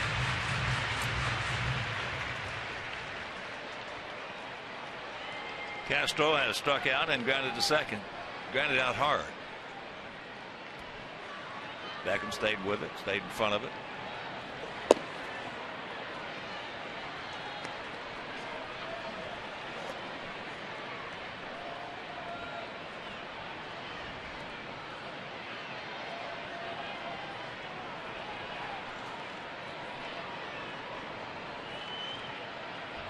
They think a lot of this young man too. Oh, catcher out of Stanford. Better believe it. Put this guy up. Put this guy up for sale, and you're going to have 29 teams after. Well, you were saying before the game, the catching is so. It's the most sought after position in baseball. There are only 7 or 8 teams that you could say are solid in their catching department. Quickest way to the big leagues. Oh, kids. Better believe it.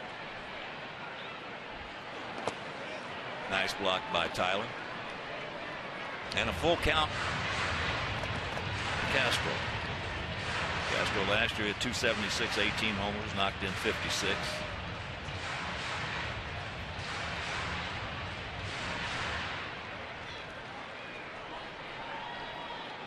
Yeah, he's going to have to step it up a little bit. He's got to get to those numbers. Well, they could be had in this park. Oh, gosh. It's got to get hot sooner or later. Yep. It's 2-0.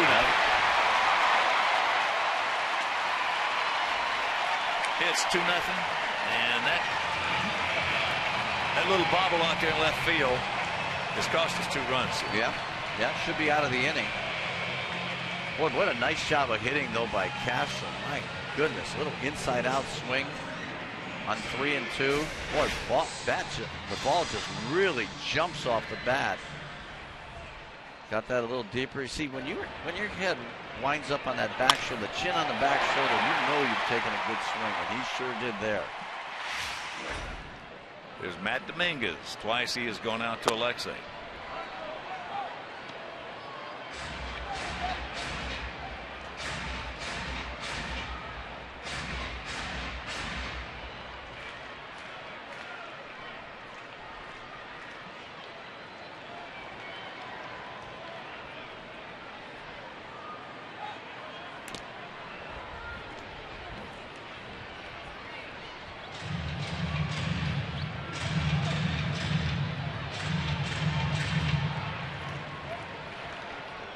Yeah, that was a real good at bat there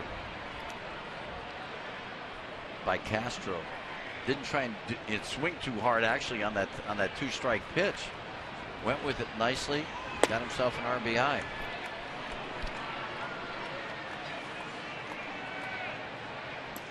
2 6-0 for them, 0-1, and a huge one for us.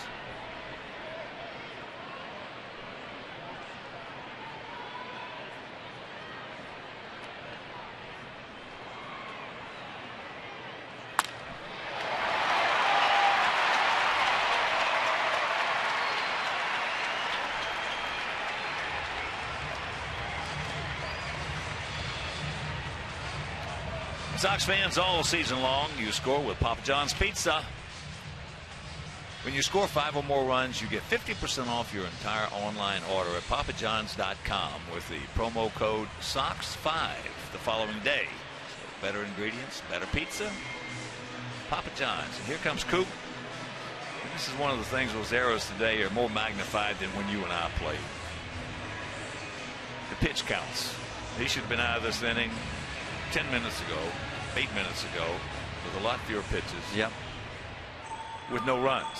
This has been a 0-0 game.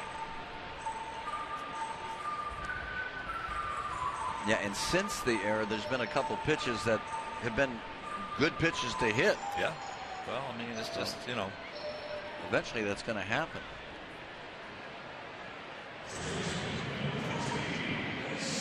Yeah, because when you and I played, they didn't keep pitch counts. When I played, they did. When you played, they started coming in. I don't ever remember it. No. When I played, there were no pitch counts. Today,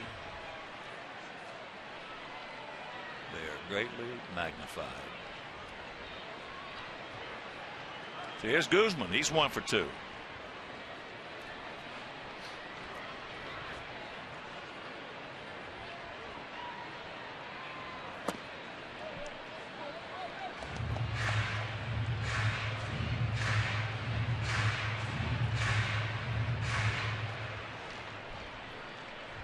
Pitch total, the next one will be 100.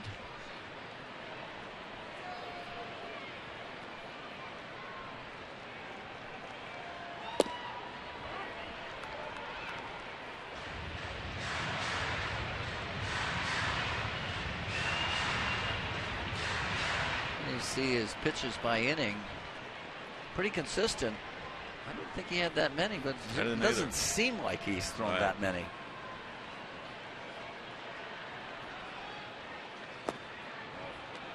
Breaking ball down and in.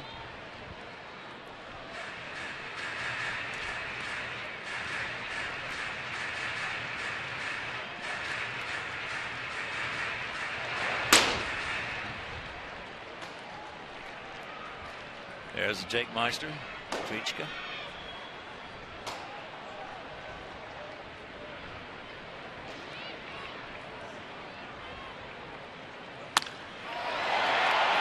That's it.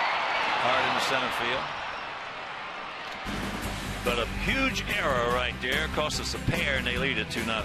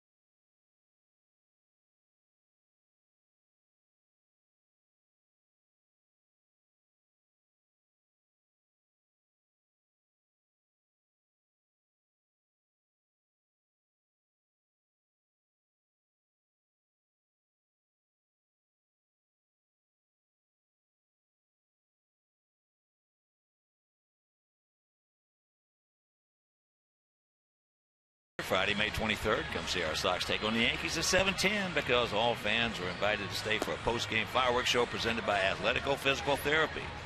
Athletico Physical Therapy, better for everybody. So for tickets, whitesox.com or 866-SOX-GAME.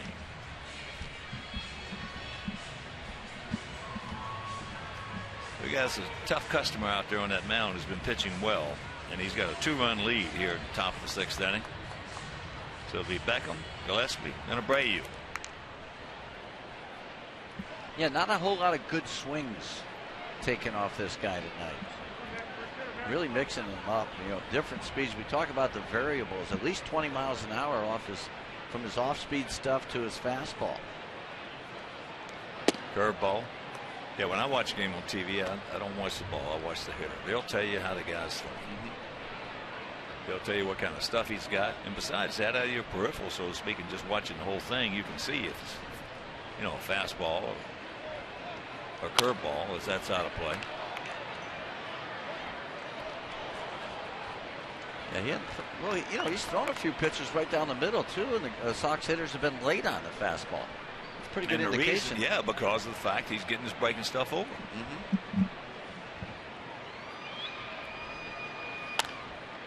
Yeah, the most devastating stuff that I've seen all year watching games on TV off my iPad on the MLB app was that kid down in Miami, Jose Fernandez. Ooh. That slider he's got, that thing, I'm telling you, you hadn't seen knees like that buckle. Oh, yeah. Whew. What a shame having that Tommy John surgery.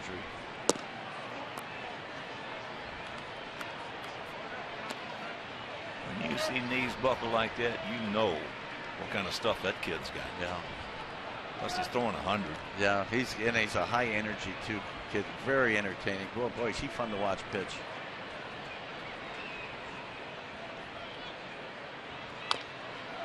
Well, I was reading a story. Somebody said the best 2 players in the game of baseball were Mike Trout and Jose Fernandez. I could buy and that. And they're both babies. Yeah. Fun to watch.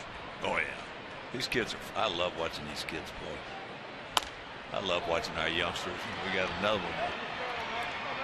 I know you follow us, so you've been hearing us talk about Micah Johnson. He's going to be a game changer. Speed. Pressure. You put pressure with that speed manifests itself into tremendous pressure on the other team. Curveball. Took something off of. He's changing speeds on his breaking stuff. Yeah, that makes it double tough. Well, 7 strikeouts. There you see the hammer. Boy, you just can't wait. You're trying double clutch, and that pitch wound up in the middle of the plate. Well, you say, well, that's a hanger. Well, not necessarily, because that thing kept biting all the way down. So here is Connor, 0 for 2. Grounded to short, and he's grounded softly back to the pitcher. And he takes a changeup for a strike. A high changeup. Usually those things go a long way. They might, yeah.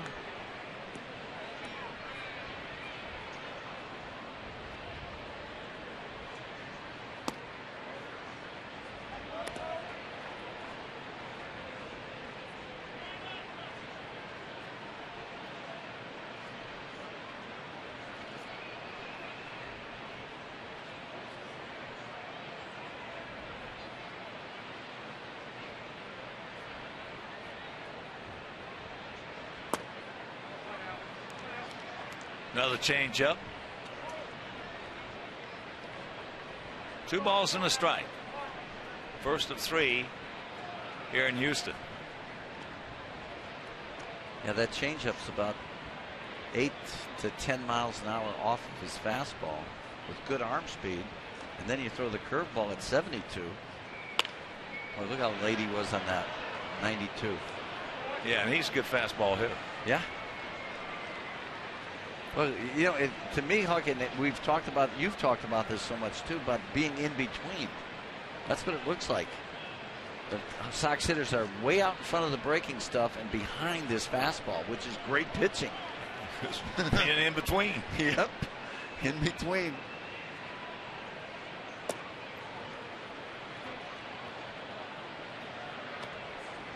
It's the worst place a hitter can be. Well, second worst. Worst place is sitting on the bench. Well, yeah.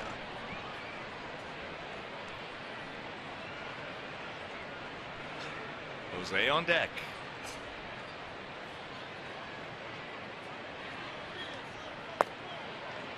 And there's ball 4, so that'll bring the tying run to the plate. Thank you.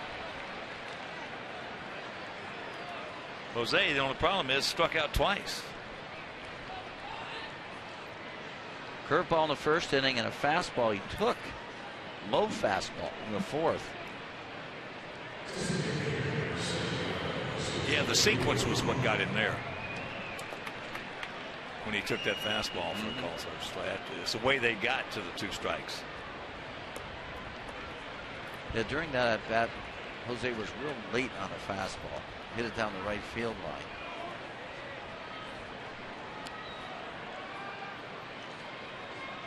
Dexter Fowler shading him over towards right.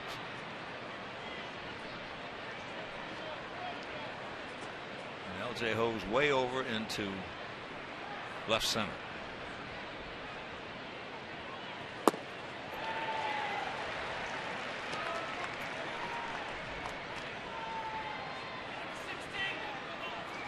I thought he was guessing strike there. Yeah. All the way. He was going to swing at his shoe if he threw it up there.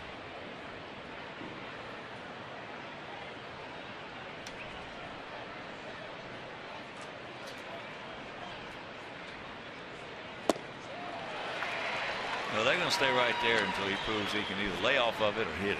Yeah. And he's not going to hit it.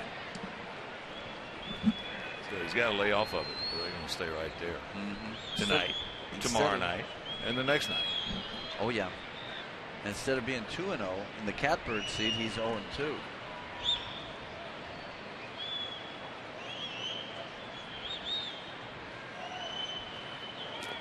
And that hit him. Oops. He didn't want to do that. No, sir. Well, he wanted to throw it in there just to get his attention and go right back out there again. He wanted to give him a show me fastball inside. As you mentioned, just a little. Hit him. Where'd that hit him? I hope it didn't hit him in my arm and a hand. Okay, you just got him right in the jersey. Yeah. Take it. 0-2, you never really mind getting hit. I remember Bert Weiler that hit me on an 0-2 changeup, and he was yelling at me. And he says, "Why didn't you get out of the way?" Why would I try to get out of the way? You got 2 other pitches I can't touch, and you're dumb enough. You're the dummy for throwing me the changeup. So he said, "Oh yeah, you're right." Adam 0 for 1. He's also walked.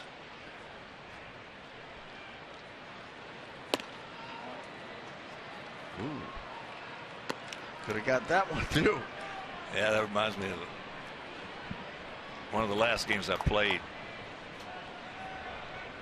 71 before I retired in June. We were playing the White Sox. Bart Johnson was pitching. Bart Johnson has some great stuff. Yes, he did. He had the best arm of anybody on that White Sox staff. He had a fastball that was all over the place. The first time up, he just blew me away with 3 fastballs. Next time up, he gets me 0-2 with 2 fastballs and hangs me a slider. And I hit a rocket out there in the left field for a single, and I'm on first base. And I know I'm retiring, in a week. And I start screaming at him, "You dumb, you know what?" He looked at me. He said, "What'd you say?" I said, "You dumb, you know what?" That ball hit deep. Way back. He looks up. You can put it on the board. Yes. Woo! A 3-run bomb from Adam Dunn, and we lead it 3-2.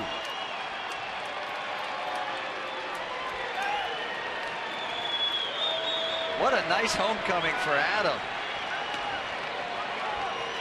There was no doubt about it. Home run number 446 in his career. And a large one. Sox come right back after giving up 2 and put a 3 spot on the board. That pitch looked like it was a fastball center cut. And it's time for our Ford home run replay. Adam, looked like one of those Herman Munster shots again, Hawkeroo. Yeah. Upper tank. Never a doubt. Wow. I'd like to get some yardage on that one. Oh, boy. Like one of those tee shots yesterday. Up on the roof, houses and stuff, too. Oh. Boy, he killed that one. He's a pretty good player. Oh, yeah? Yeah. I know he can hit it a mile. Oh, yeah. Well, it's like you. You can hit it a mile. Oh, Pretty yeah, good player. Right. I don't know. Here is Viciato. He's 0 for 2. That ball hit hard. Stretch. He looks up. It's off the wall. So Tank into second. And he picks up his 14th 2-bagger.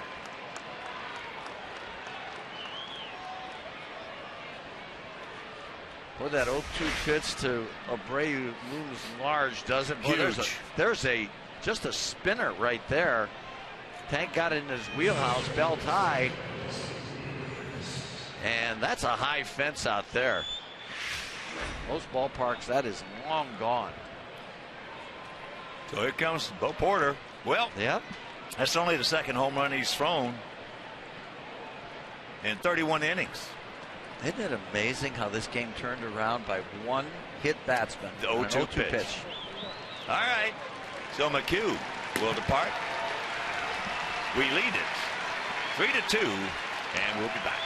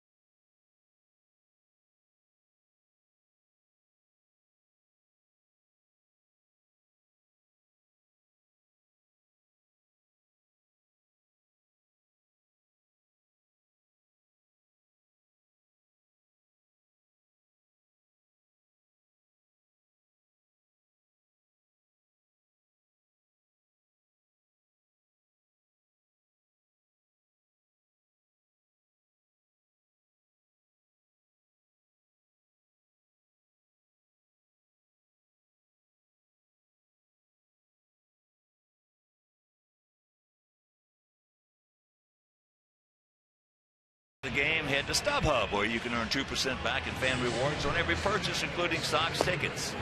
Plus, with all-in pricing, there are no surprise fees at checkout. StubHub, your tickets, upgrades, and much more.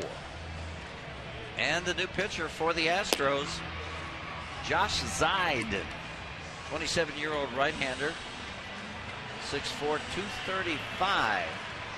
Appearing in his 6th game, 5 2/3. He has struck out 8 and walked no one. So you would think that he could bring it. There's the big man, Adam Dunn, the hero so far.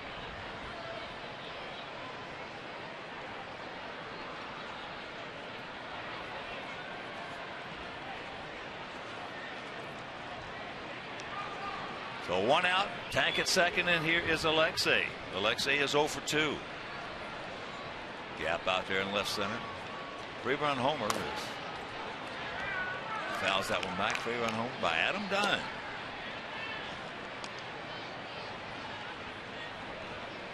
A long 3-run homer.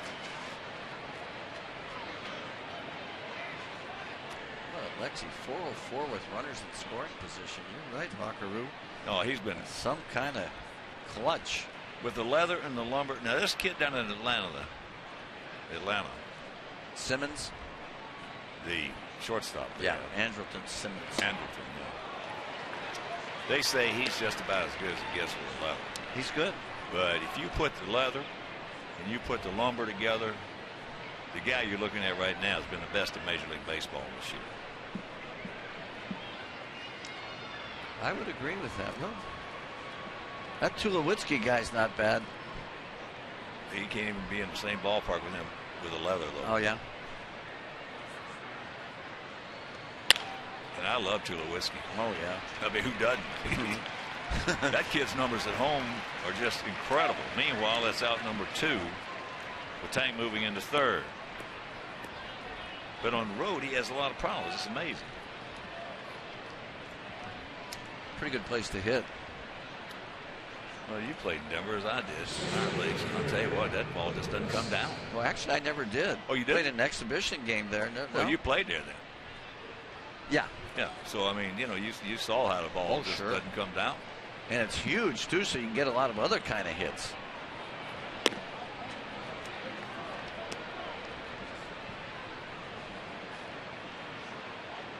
Dave Ross tells us Tulowitzki's hitting .608 at home. I mean, that's ridiculous. That's obscene. No, that's Little League numbers. He's hitting .247 on the road. Gee. All right, Tyler, don't let him do that to you. I ever tell you about the time that Pat Corrales in the fantasy camp game with the Braves one year? In fantasy camp, he was managing the other team, and they were within 1 out of beating the Major League X's players in the. Kenny Oberfeld was hitting. They had a base open, and I was the on deck circle. He walked Oberfeld in the fantasy camp game to get to me. I think that's the ultimate insult you could ever be dealt. I've had some bad ones. I've never had one that bad. I said, Lord, please let me get a hit off this 70-year-old right-hander. And I did. Thank you.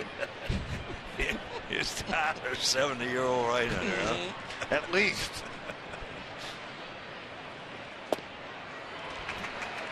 Tyler has struck out and he has walked. Got a pretty good pitch to hit right there. Couldn't do anything with it.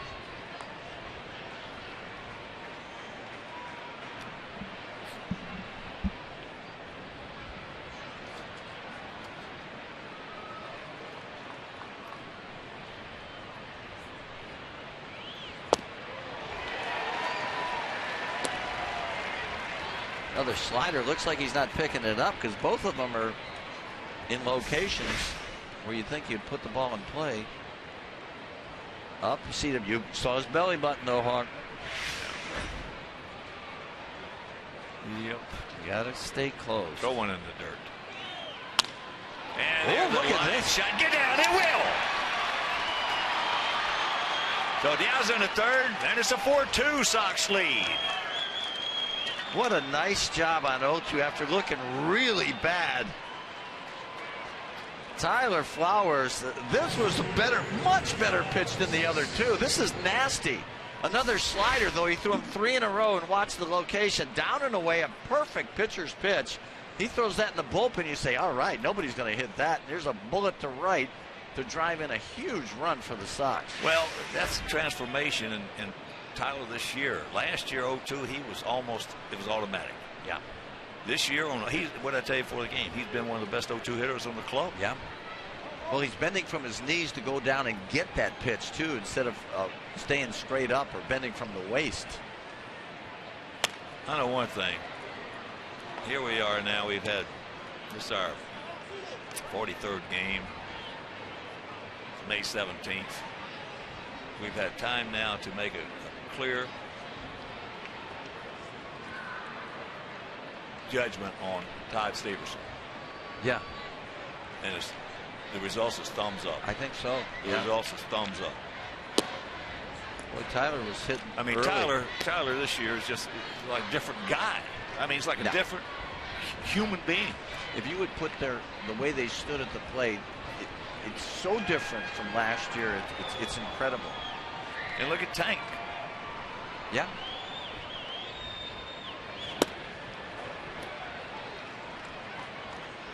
.95-mile-an-hour fastball this guy features.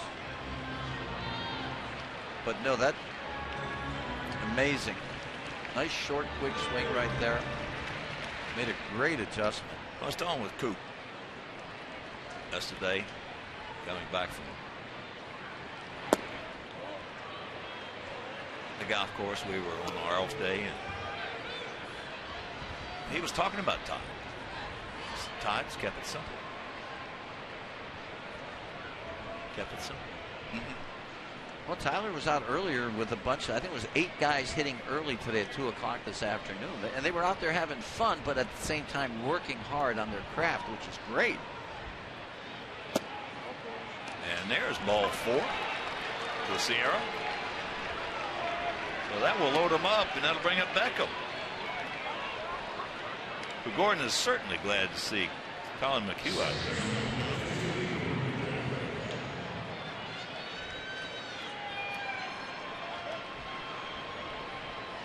Yeah, Tyler's a different looking player this year, especially on 0-2.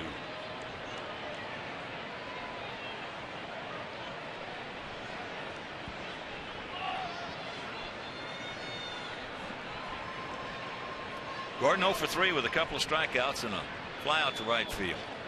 Well, in order to hit on 0-2, you know you've got to make adjustments. You can't be up there with the same mind thought. Thank you. Thank you very much. Gotta adjust. You gotta make adjustments. I tell you what, every time once in a while you gotta look yourself in the mirror too and say, I stink. I gotta make some adjustments. That's right. I told you that's one of the things, if I could redo in my career, that would be one of those things. On 0-2, I would choke up at least an inch, maybe 2 yeah. to the bat. Sure. Probably the greatest 0-2 hitter in our lifetimes is Rico Carty. He stood there, choked up about 3 inches, says, come on, the big boy can hit anything. And he did. Never moved. And you hit it just as far. Yeah. Yeah.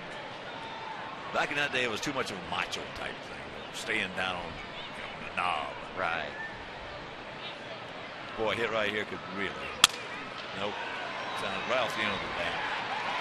But we put a big crooked number up there. Tremendous, ridiculous home run hit by Adam Dunn and a big 0-2 RBI by Tyler Flowers.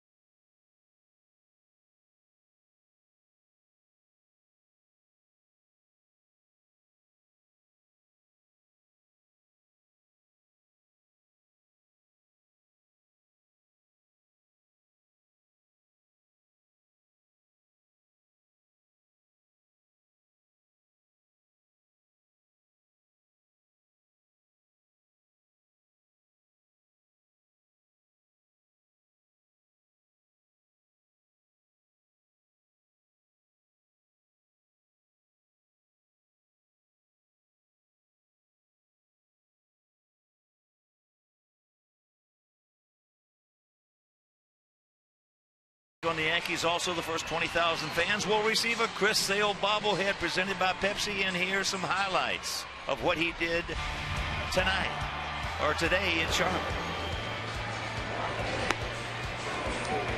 Chris worked 4 innings through 68 pitches, gave up 1 hit. It was an infield hit. No runs, 2 walks, and he struck out 11 guys. You notice the shadows there, T-Hawk? You know, Sale's hard enough to hit in perfect lighting, but they had no chance against him today. So it looks like he's back in form. New pitcher for the Sox, Jake Petrishka, comes on, doing very well. 199 earned run average, 16 strikeouts in 22 2/3, just 16 hits allowed. Walks a little high at 11. So hopefully Jose Quintana can get a little bit lucky tonight, Hawkeroo. Well, he certainly was unlucky with the 2 runs that he gave up. Yep. Both unearned, I would assume. No. They were Let me earned? see. Yeah, they were earned runs. Oh, yeah. see, now that didn't seem like they were. No, they were both earned. Carter has struck out in double. Uh-oh. No. No, he did not. No. Whip, you got to watch the outfielders. I can't see that far. Every time I see a big guy swing the bat, I jump. All right, I'm going to calm down a little bit. It's been a while. Here is Hose, a double and a strikeout.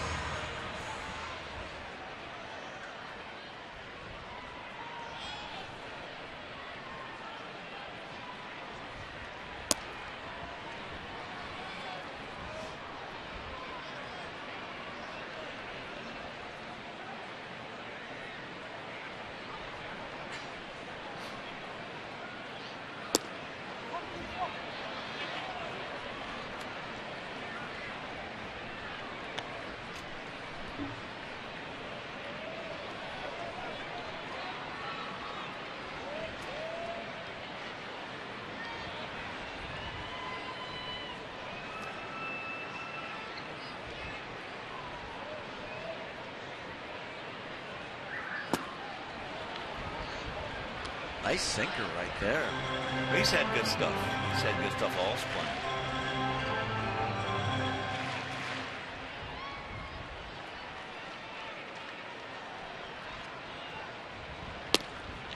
Yeah, I think he's getting to the point now that he's starting to understand he can pitch up here. Which, you know yourself, that mirror will tell you everything you got to know. Oops. That's the one problem he's had. Yeah. That's his 12th walk. That's the one problem. Oh, in fact, up until lately, our whole bullpen has been unsettled. We just couldn't get anything done. And then Alosalio, he's the guy that really started throwing strikes, settled everything down, and now the bullpen's coming around. This is like Coop said. He said, are we where we want to be with our bullpen? No. But we got the guys to do it with, and we're going to keep them. Good arms, no doubt about that. Villar is 1 for 2. He started off that 2-run 5th with a soft single in the center field.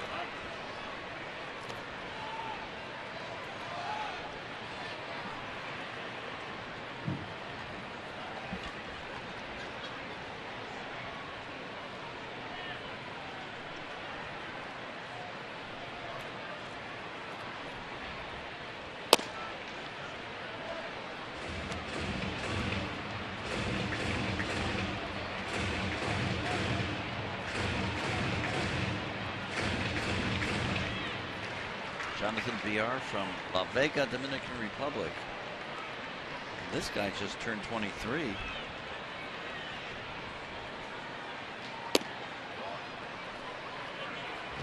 Two and one to count.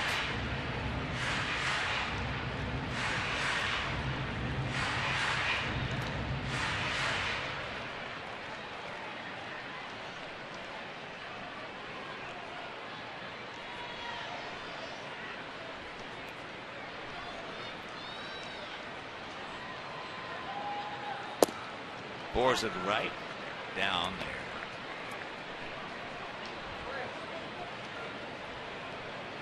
Zach Putnam. You have the split fingered Putnams.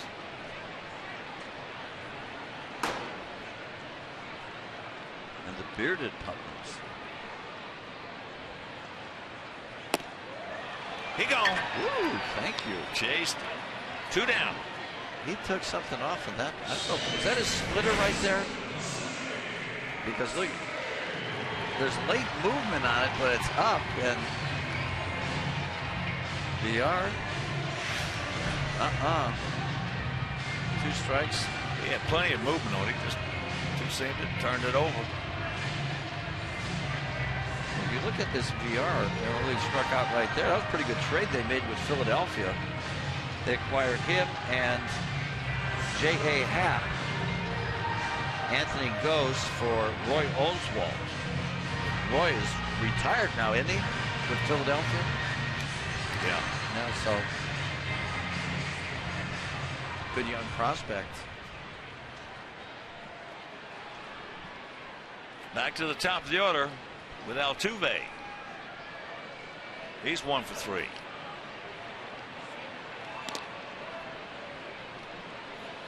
(5'6", 174 pounds. Altuve. He doesn't look that tall. Boy, in this game, that's one of the great things about it. They come in all sizes and shapes. Isn't it amazing? Yeah. Yeah. And with that hit back in the 5th inning, he is now on an 8-game hitting streak.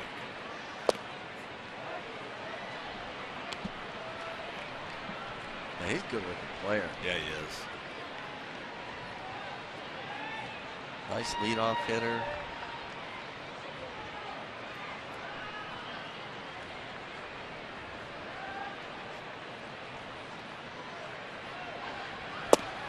Bores it right there. And the count 0-2. 2 years ago when they came in. I don't go in the visiting clubhouse very often. Most of the time it's the manager that I like, whatever, going to chat with him about his club. Last game when we played him, I went to the clubhouse to see him, and I said, "Big guy, you can play." As there is a foul ball. I bet you that's the first time in his life he's been called big guy, too. He just smiled. He's a player. He's like a grinder. Those little guys, especially the guys like you and me, we have an affinity towards the grinders. Yeah. Like your Dustin Pedroias, yeah. like your Adam Eatons. Guys are just going to grind it out with you. Yeah. Your David Ecksteins. Oh yeah. Because you and I both know that, not that we didn't, we had to, but these guys really had to compete. Oh yeah. Well, you look at Joe Morgan. Joe was 5'4", I think. Jimmy Wynn, 5'6". Dwight Cannon could hit as far as anybody. Unbelievable.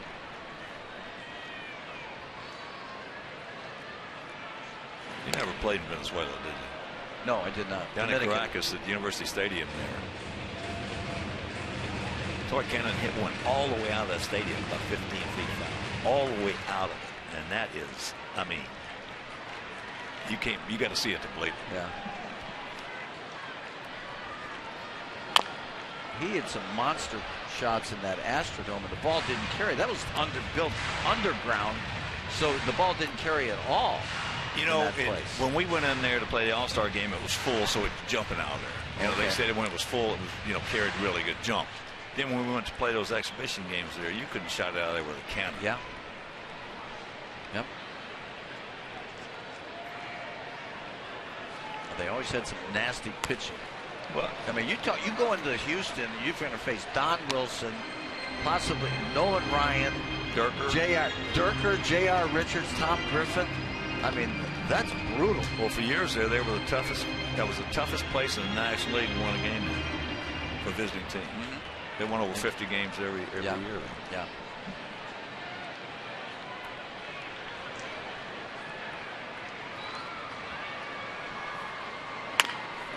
Softly hit. He's got to hurry. Throw is wide, way wide.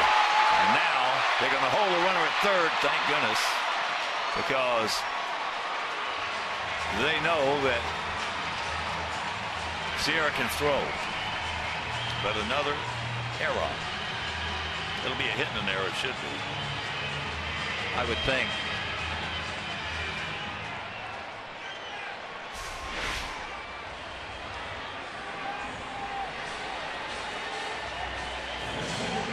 Yep, that was way wide on the throw. Good hustle by Sierra, though, backing up the play. But two guys in scoring position now.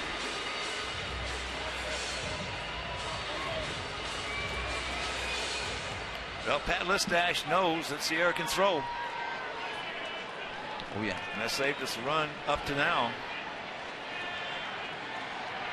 So they're going to give him a hit. They're going to give him straight arrow there.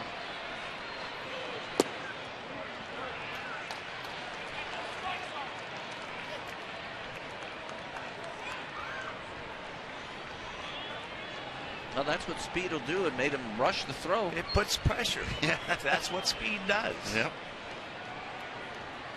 Cannot teach speed.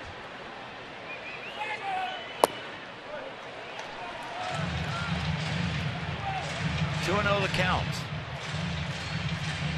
Jake might be one of those guys that one of the reasons why he walks a lot of people is that his ball moves so much. Well, he's got good stuff. If he gets just those strikes, you trust in his stuff. Yeah. Nice. You know, Don Cooper's got more. He's the only pitching coach in baseball to say, which he never does, obviously. I've got more quality starts out of my starters over the last 11 years than any pitching coach in baseball. That's pretty good on your resume there. But he's the only guy that can say that. So we were talking about pitching yesterday, coming back.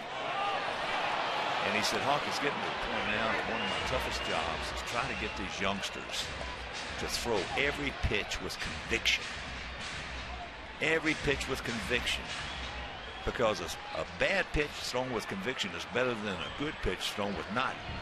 Yeah. Yep. It's not like you got to be throw it through a strawberry through a He gone. brick wall. Great pitch. Great change. And a good job by Patrice to pitch over the arrow.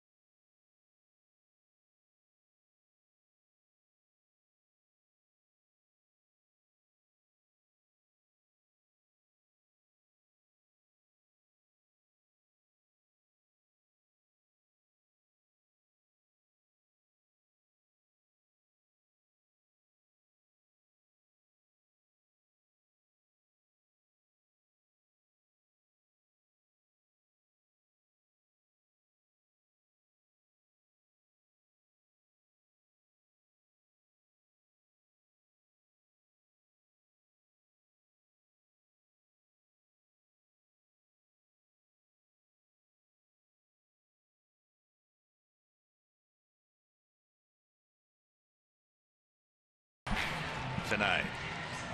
And your director and crew went with Beckham. Wempe's picking Steve. He went with Diaza and Jocelyn, Kylie, Regan, Quinn, Brody, and Brindley. And we went with Adam Dunn. Good call. Well, they texted me before the game to make sure that I would go with Adam Dunn for them. Yeah. Well, good. I'm glad you keep in touch. Did you hashtag that? Oh, definitely. Yeah. So here's Gillespie.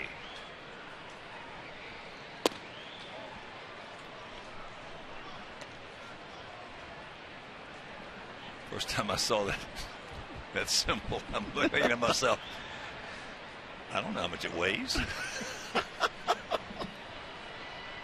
This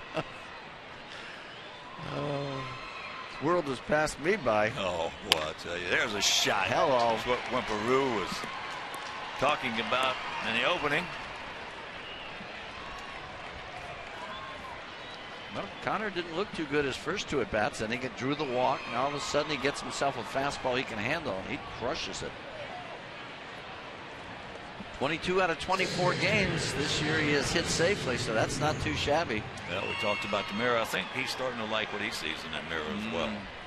He's hit the ball harder on a consistent basis, harder than anybody on the club since spring training. Well, you know, it's always amazed me why he didn't hit higher, because he's got such a beautiful swing, and it's very uncomplicated.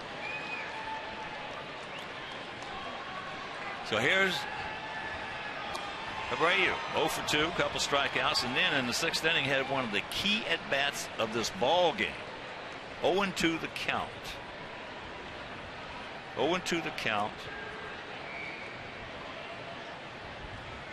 and was hit by a pitch.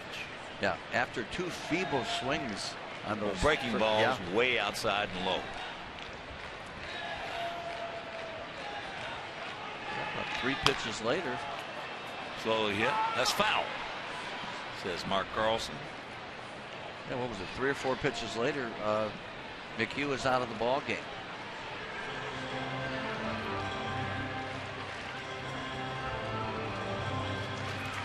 Clemens and Downs warming up in the Astros bullpen. The righty and lefty.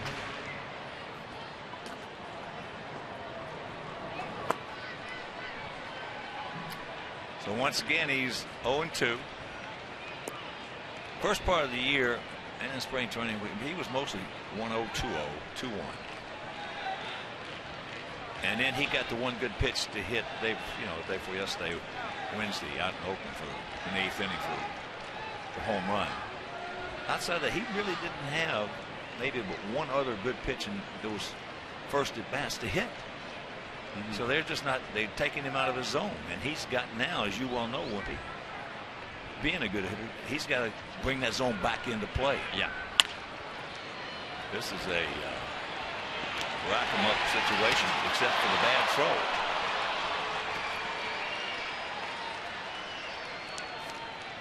That's a second poor throw by Altuve, although Connor Gillespie really hustling down to second base took him out pretty good. Well, Connor's one of the best guys on our team to get a pretty good lead, even though he's not the speediest, to get and go in there hard. Yeah. So, Bo Porter out. Adam Dunn's going to be the hitter, and he's going to face the left-hander. So, as the right-hander Josh Side departs, we'll be back.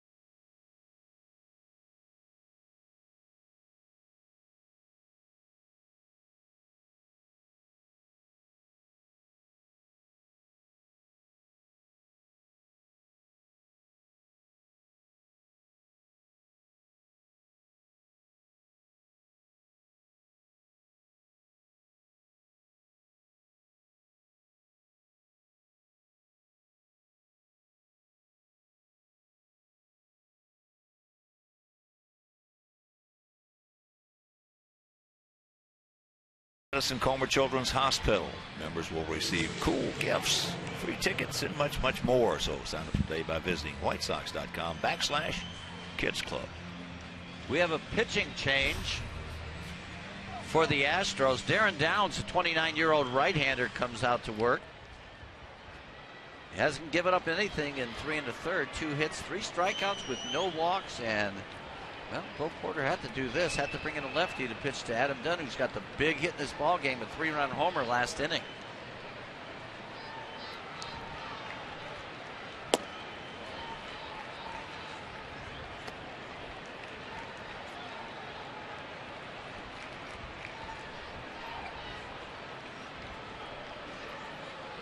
Boy, that was an absolute bomb.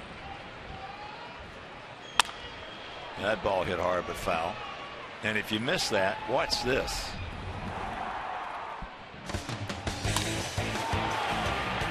He likes it. About tied on second deck. Let's try to go up there. Many have tried, few have gotten up there. I still remember that ball he hit Toronto. Good Lord. He's hit a few. Yeah. We're 446 now. 446.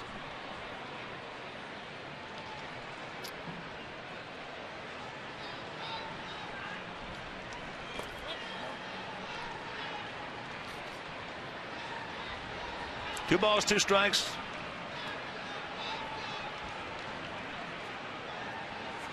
One out. Top of the 7th.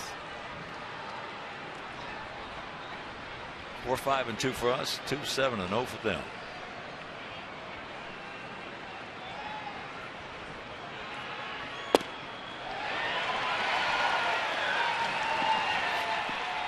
Two down. Like a backup slider right there on the inside corner.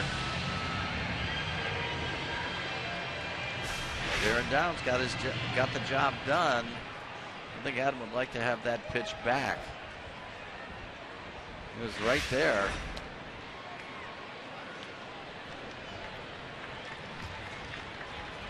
All right, so the southpaw departs, and we'll be back.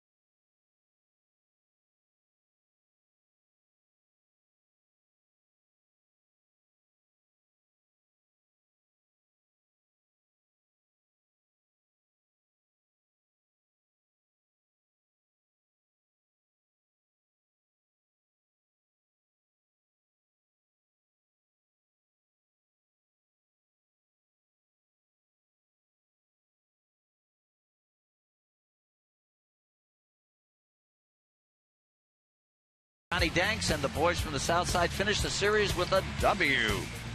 White Sox Astros Sunday at 12:30 on Comcast Sportsnet. And we've got a pitcher, new one for the Astros, right-hander Paul Clemens. 6'4", 200-pounder. 0-1 record with a .470 earned run average. 15 1/3 innings. Right-handers hitting him at .308. He'll be facing one right now as Tank enters the batter's box. 2 outs. Tank doubled his last time up. And scored.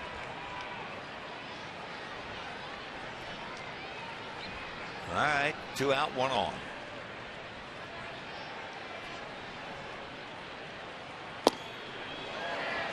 It's all right. I like to see that on first ball, fastball, or even if it's 95.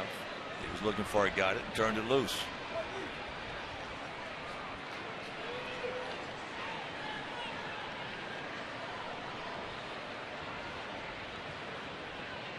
Checking some other scores for you. Oakland hammered Cleveland 11-1. Top of the 8th in Boston, 1-0 Tigers. That was Scherzer. Ooh. Baltimore beat Kansas City 4-0. Minnesota leading Seattle 5-4, 9th inning at Target Field. Breaking ball.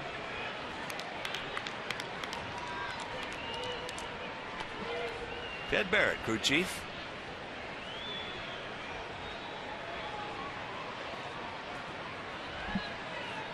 Milwaukee beat the Cubs 4-3 at Wrigley. Cincinnati shuts out Philadelphia 3-0. Toronto shut out Texas 2-0. Takes that in the count 2-1. Pirates taking on the Yankees in the Bronx was rained out.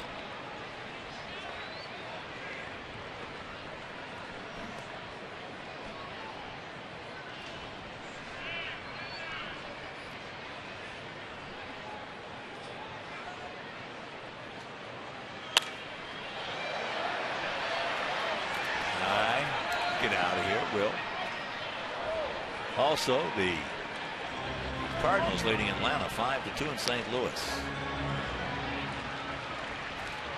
Rockies leading San Diego 2-0 bottom of the 7th in Denver. Dodgers at Phoenix leading the D-backs 2-0 top of the 4th. No score. Tampa Bay at LA, that's in 3rd. Bottom of the 2nd, San Francisco, Miami, and the Giants are tied at 1.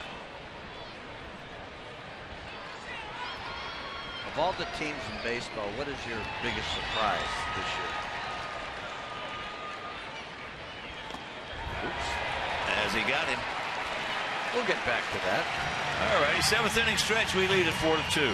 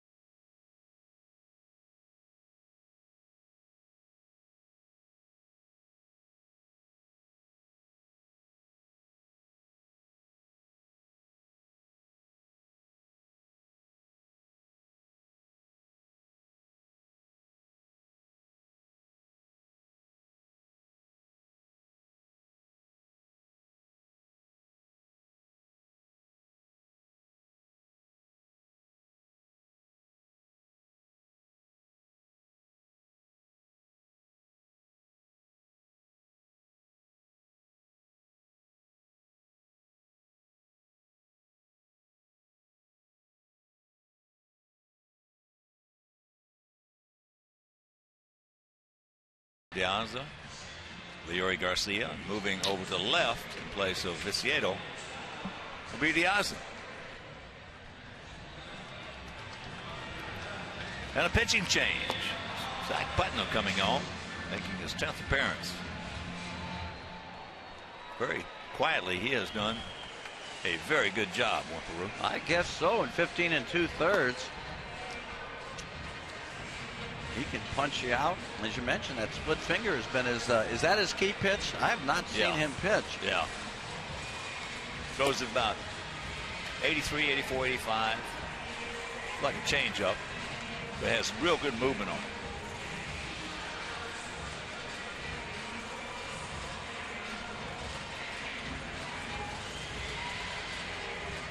Well, trying to hold him right there, trying to get Jose Quintana a victory.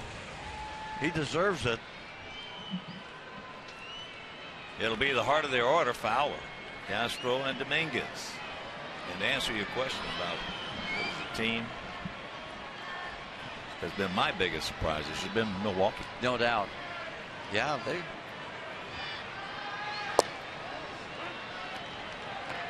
It's amazing. You know, the one thing that's been overlooked about the Brewers, they've got excellent pitching. They got some good arms over there, and you know they're giving them a chance to win every ball game, getting just enough offense. And that Carlos Gomez is becoming a superstar. Like him or not, that guy can play. Well, his style certainly does not bother me. I love guys that love to play like that. I really do. I mean, always have.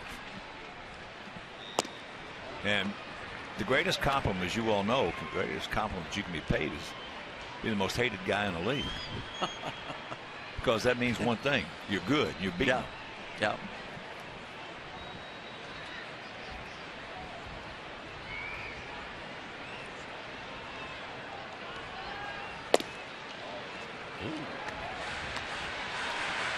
There they are. Brewers on top of the Cardinals.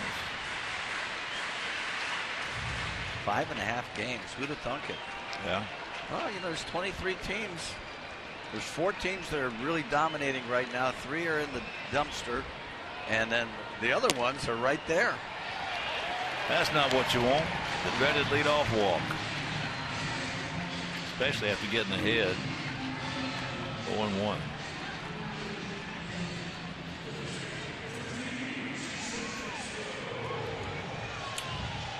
There's Castro. He's 1 for 3 with an RBI. So I've been seeing enough of the base on balls already this year. Oh boy. Well, that leadoff walk, I tell you what, I'd much rather give up a hit than a leadoff walk. Well, leadoff walk scores around an average of 37 to 38%. But I guarantee you the leadoff walk does not score that often. I mean the leadoff base hit. Leadoff hit, yeah. A 1-1 to count. Castro had a good at bat his last time up. Line drive, 3-2 pitch. He lined a single to left center and drove in a run.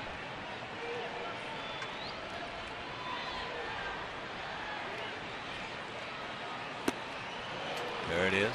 Another team that surprised me a little bit has been Miami Marlins. Yeah, they played well.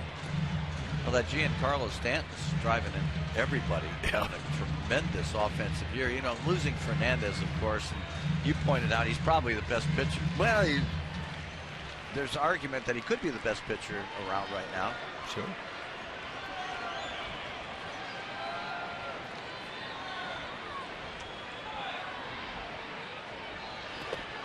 Numbers will tell you Mark Burley probably is. A little difference in stuff there. What is he, 7-1? Yeah. I think I saw 7-1 lately. Yeah. He does it in a hurry, doesn't he? He's, well, I said it before, he's my all-time White Sox player. He's my favorite. I think I saw him do his first game, and he was in and out. I mean, just boom. Perfect guy to work behind.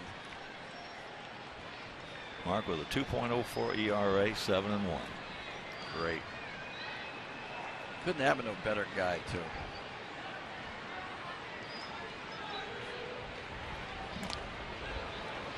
Ooh, that was close.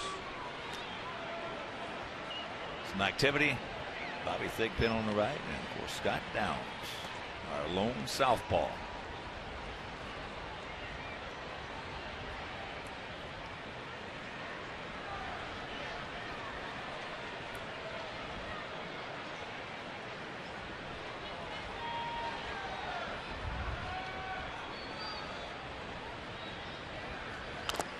Just got a piece of it. In case you're scoring along with us, which a lot of you do, change the E5 on Altuve to an infield single, and then the E5 on the throw. That appears to be the right call. It was right. It is the right call.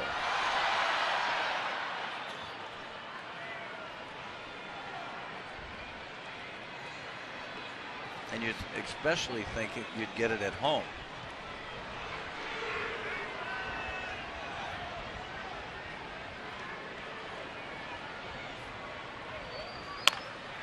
Softly hit. And look at this. We're going to get a break. Bad base running played by Fowler. Thank you. Woo. You know, that surprised Alexi. He didn't think that was going to happen, did he? Because he hesitated for just a split second. Said, whoa, I got to get this guy. You're right, it's right off the end of the bat. You got to make sure the ball goes through. Minor. No man's land. The last two things that a guy will tell you at first base is don't get doubled up on a line drive and check your outfielders. Or check your outfielders and don't get doubled up on a line drive. Those are the last two things they'll tell you. Or should tell you. Yeah. As a base runner, you got to know how many outs there are, where the outfielders are. Don't get doubled up. It really isn't that tough. And everybody can be a good base runner.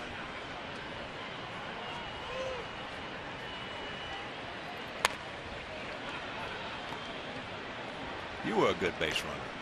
You didn't make any bonehead plays.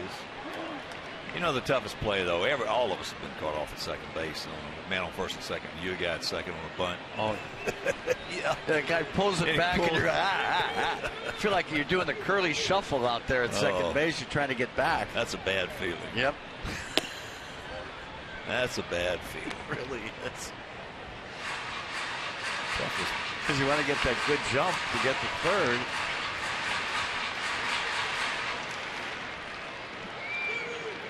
Dominguez 1 for 3, a couple of grounders to short.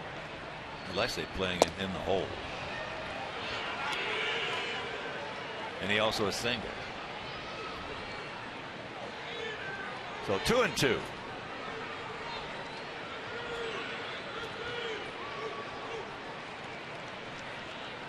Once again, just tuning in, Chris Sale won 4 innings this afternoon at Durham. And there is a down to the third. Connor's got him. So we catch a break. We take advantage of it. We'll go to the 8th leading by 2.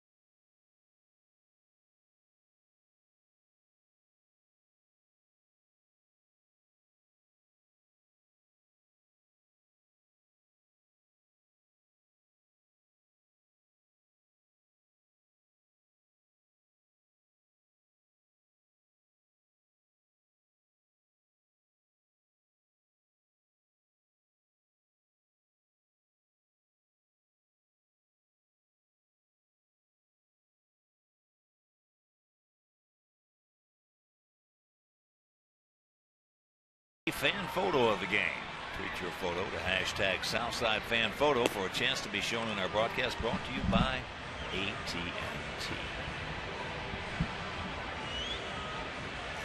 Talking about Buddha Boy earlier. It looked like Buddha Boy, didn't it? Sure did. Mark Hill, former catcher of the White Sox. One of the greats. He did something you and I have never done. Oh. What did he do? Tag? Scored from second base on a sacrifice fly in Yankee Stadium. So here is Alexei. He's due. He's 0 for 3. How do you do that? Don't ask me. Everybody just fall down? I just couldn't believe it. That's right, he did. You know, you'd think the Willie Davises of the world, the Ricky Andersons. Yeah. 3-dog. Willie Davis from the Dodgers. We had 1 dog, Lance Johnson. That's just foul. Dadgummit. I used to love to watch Lance Johnson run. Ray Durham, I loved to watch Ray run. Ray could fly, yeah.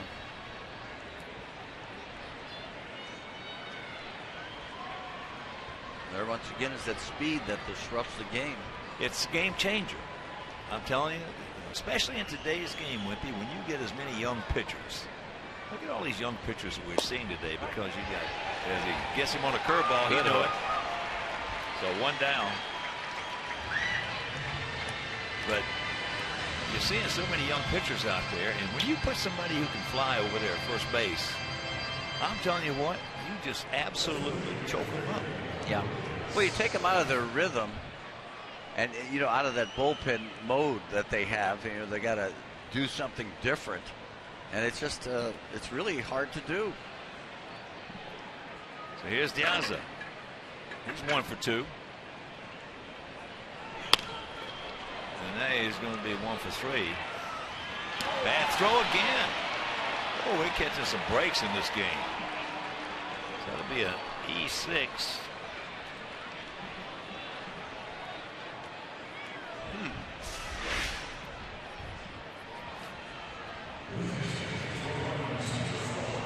Boy, just took off on him.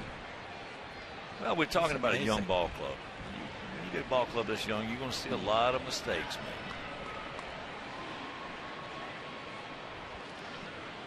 Here's Tyler. He had one of the big at-bats in this game. He struck out in the 3rd. He walked in the 5th. Then in the 6th, 0-2 to count.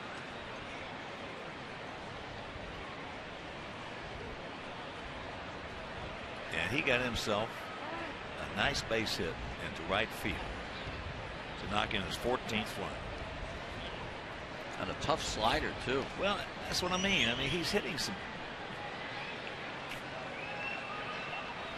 You're not going to get as many 0-2 hits as he's had this year in situations. Oh, nothing but fastballs. It's there. He just steals that one. So he picks up his 4th stolen base. He has hit some good breaking balls on 0-2 into right field for base hits. And that really was. That was clutch. That was the run the Sox really needed. It was 3-2 at the time. When you're battling like he did and hit a pitcher's pitch too. It wasn't like it was a hanger or anything. No. In order to do that, you got to stay closed, and he did.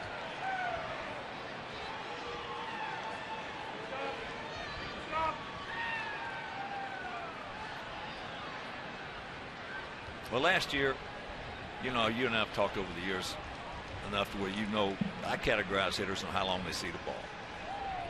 Last year, he was like a 52, 53 foot hitter because that head was leaving, you know, and he lost it out there 7 or 8 feet in front of the plate. Yeah. Todd Stevenson's got him for some reason. He's seeing the ball 54, 55 feet, 56 feet this year. And of course, for you at home, wondering what we're talking about, is 60 feet 6 inches from the plate, from home plate to the pitcher's mouth. And your good hitters, as you take another look, as he got crossed up right there. Good job by Castro, but he took away a strike. Yeah, well, that's because he came up. He had to. Yeah, he had to because of the. But your good hitters see that ball 57, 58, 59 feet, and then you got your great hitters. They see it almost all the way. Wimpy was like a 57-foot hitter. I was like a 54, 55-foot hitter. Well, you may have seen it 58 feet. Yeah. That breaking ball low. Not when Tippy Martinez was on the mound. He was tough. Still having nightmares about him. Tippy was left-handed. Yeah. Left-handed. High fastball, curve in the dirt. Never threw you a strike. Dennis Martinez was a little nightmarish too for a lot of guys. Yeah. He had 230 something wins. Yeah. El Presidente. Baltimore pitchers. There's a good take. And the count's 3-1.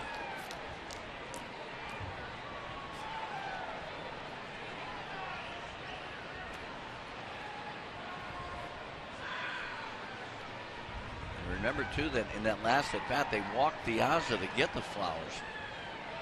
So Tyler didn't let that strategy pay off. Long look in, now too long for Tyler.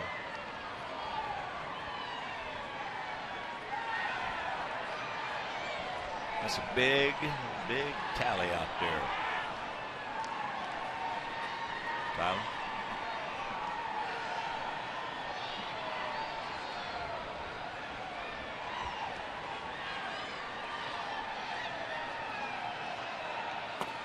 And that's ball 4. Good at bat. Fish weren't biting on him. He was going around him, I think, with first base open. Another right-handed hitter coming up.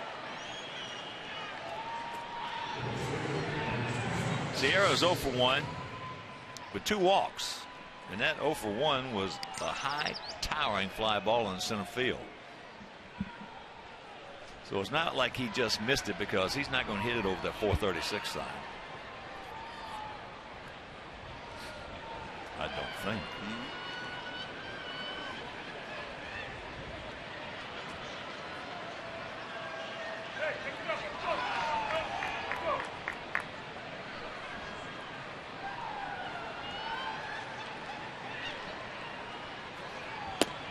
Takes it up.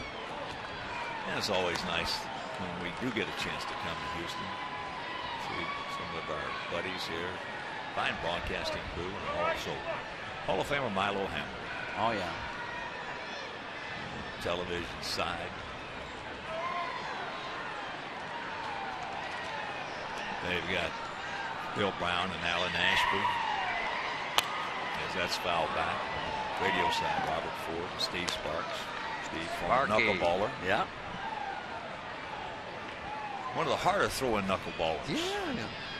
Yes. He matriculated, he told me today, at Sam Houston Institute of Technology. Yeah. One of the finer learning universities in the state of Texas.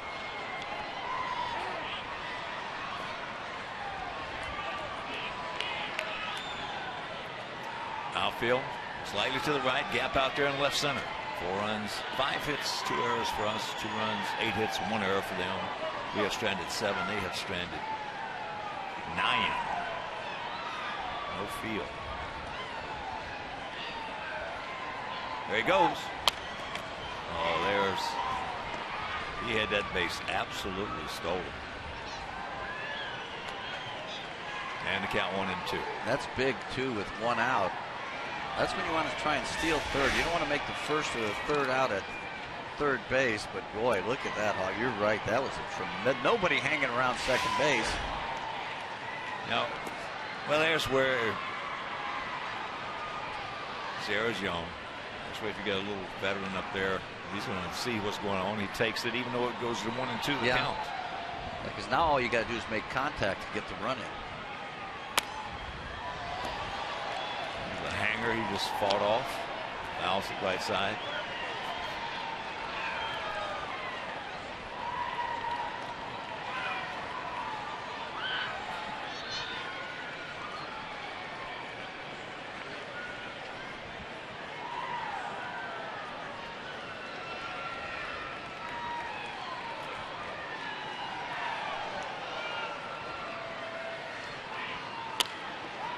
And there's a little looping pop-up. Altuve, he's there, makes the catch over the shoulder. Nice running play for out number 2. That was a good curveball there.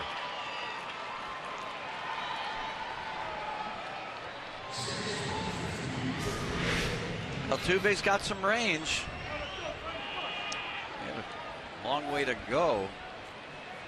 Actually, that was in the middle of the strike zone. Looked better coming out of his hand at first look.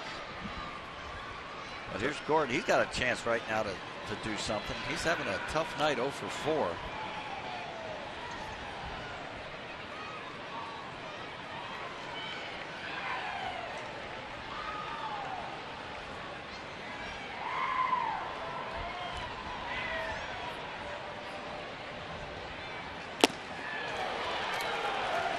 Pretty good right there.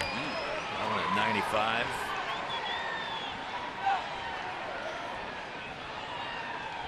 .95 upstairs on the first pitch is hittable occasionally. When it's 1-1 and 1-2, it's very tough to get in. Oops. Thought it hit his helmet. I did too. Didn't look like it. Hit him in the helmet, yeah. Curveball gets away. Now it's just missed. Oops. Yeah, that was just off Castro's glove.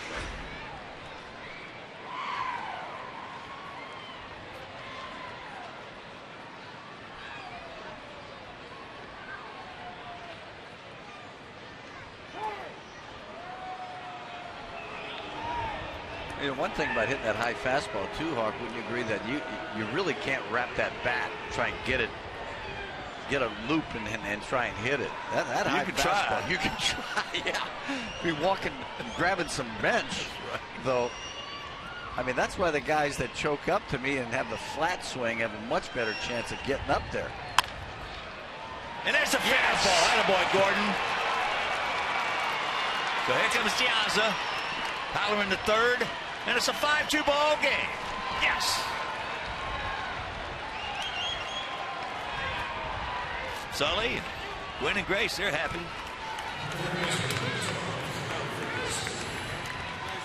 Sully, Gwen and Grace. Sully is Gordon's mom. Gwen and Grace's sister. How about his father-in-law? You think he's happy? The Scooter, Scotty Fletcher. That up, baby. 1 for 5 with a big RBI. You know, the Sox only with 6 hits, but they've had big hits. This one, the one by Flowers, and of course the 3-run homer by Adam Dunn. So that arrow has come across home plate. And here is Connor. Last inning, he just absolute tattooed one into right field for a base hit. And that's another base hit and another run. And now Gordon's going to be held. No, he's going to be waived. Here he comes. No throw, and that is a 2-run double for Connor Gillespie. Yes.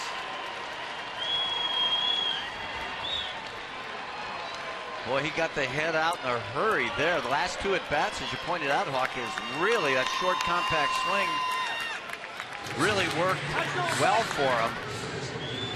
Boy, Gillespie just on fire now. 2 hits in his last 2 at-bats. There's a fastball down and out over the middle of the plate, and he just goes out there and creams it. Nice job by Super Joe. McEwing sending Beckham. So some breathing room now. 7 runs on 7 hits. 2 things. I like it because our club, we have scored more 9th inning runs than anybody in baseball this year. We are scoring a lot in the 7th, 8th, and 9th innings. We got a break right there. We got an error. All 3 of these runs are unearned. That's what I like. Our club won't quit, and they're taking advantage. They're being opportunistic. And when we get Adam Eaton back in that lineup, and also next year Avisail Garcia, we're going to be something. Not that we're not going to be this year, but we're going to be something. I'm telling you, we're going to be somebody to be reckoned with, because it's going to be young and tough. Fun to watch. Damn right they are. I love watching.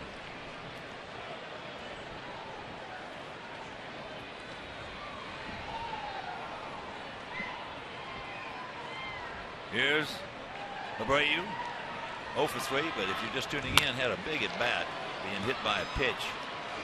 Guess he's going to ground out. There's a low throw right there, but We'll take them 3 gift runs. And we lead it 7-2.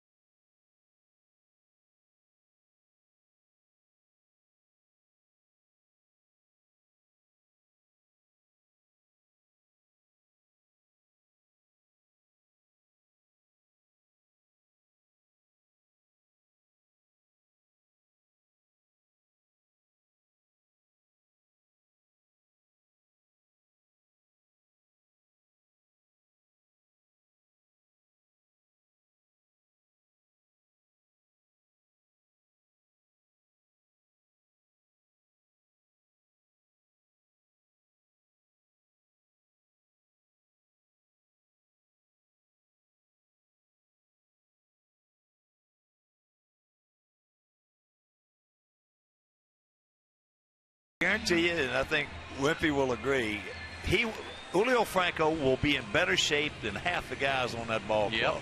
And I'll guarantee you he'll hit a line drive to right field hard, real hard, with authority. Ronald Belisario, Bella they call him. Bella coming on. We mentioned earlier, he has been the guy who settled that bullpen down by coming in, throwing strikes and getting the job done. Well, he always liked his arm when he was with the Dodgers. So a pinch hitter, Guzman. There's Mark Krause. Takes first pitch strike.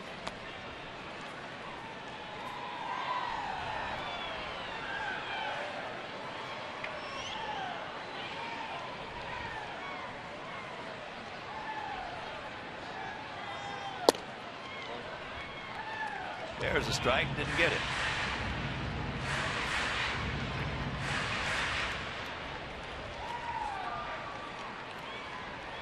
Chris Carter on deck. Sox lead at 7-2. And that pitch fouled away over into our dugout.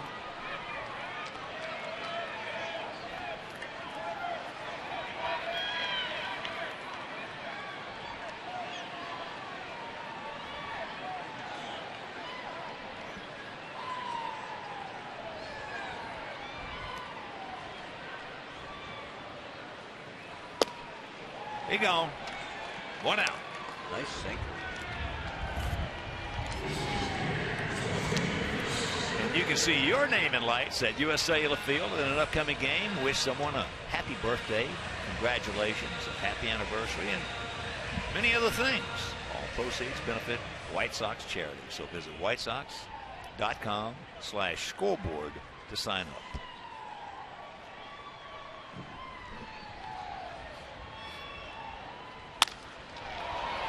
Carter with a solid base hit. And there's a thinking man's base hit right there. You know yourself, down 7-2, 1 out. Bottom of the 8th inning. You know you're going to probably get first ball, fastball. He got it. Yep. Hit it hard, too. Yeah. There are a lot of base hits scenarios like that throughout the course of the season. Oh, yeah. Yeah, and it really helps you from a psychiatric standpoint, too. It's like, you know, you feel better about yourself getting that hit, and you set yourself up for the big game tomorrow. Here's Alex Presley hitting for Hose. Yeah, you do. But it's just, your smart hitters will get a lot of those hits throughout the course. And like I used to call them gimmies.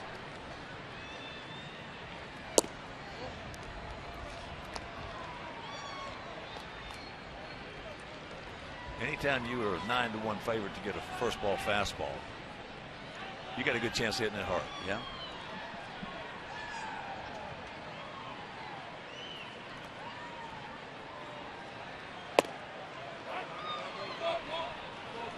We got the high strike call on that one.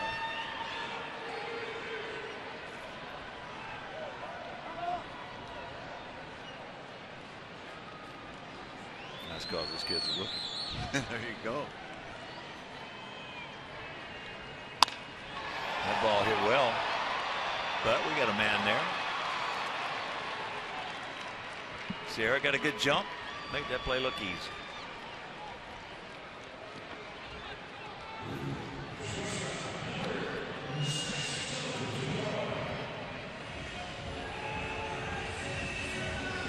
And Alex Presley got to hit that bullet right there. Coming into that at bat, he was 11 for his last 17. I think he'd be in the lineup, wouldn't you? Team hitting 229. I don't know. Well, left-handers started. Probably see him tomorrow. There's the one at the bottom of the zone for Jonathan Villar. 23-year-old shortstop.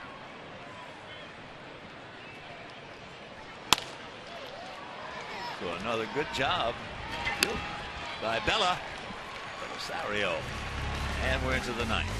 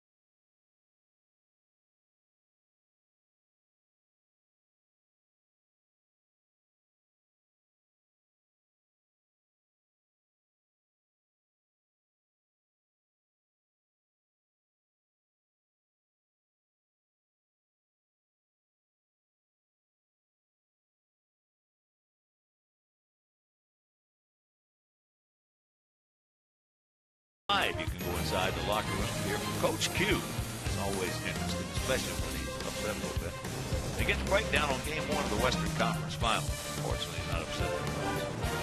Blackhawks post game live Sunday right after the Blackhawks game. Can they do it again? Yes. That ball hit to left field hard. He looks up. It's off the wall. So Adam, who had that bomb for a 3-run homer back in the 6th inning, starts it off with a leadoff double here in the ninth. That was a nice job of hitting. That's not a bad pitch. He was down and away, and he went with it nicely. Showed that great power the opposite field. Look, there's a nice shot right there. Well, we talked about it earlier before the game, how he's changed his philosophy. Again, you know, you got to point right back to Todd Stevenson. He's been going to left field a lot easier this year. Oh, that was easy power right there. Could have been a homer in a lot of places. A little higher. Nice matchup right there in a jump ball with Dunn and Altuve, wasn't it? So here's Leury.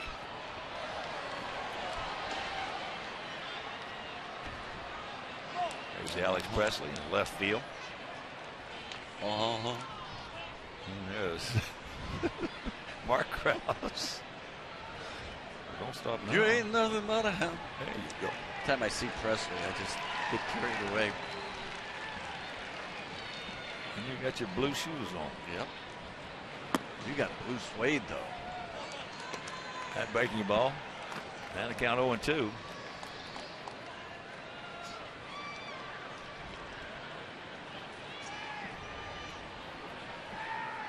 Adam having a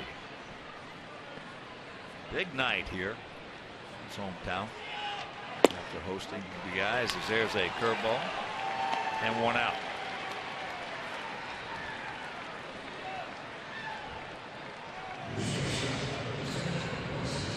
Here's Alexis.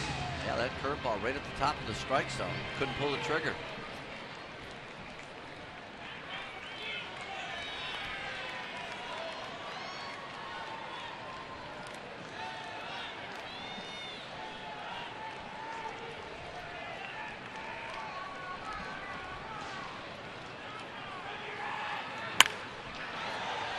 That's the second time he's got a hanger tonight, and the second time he's been a little too quick. Yeah. The third rocket down that third baseline, just foul.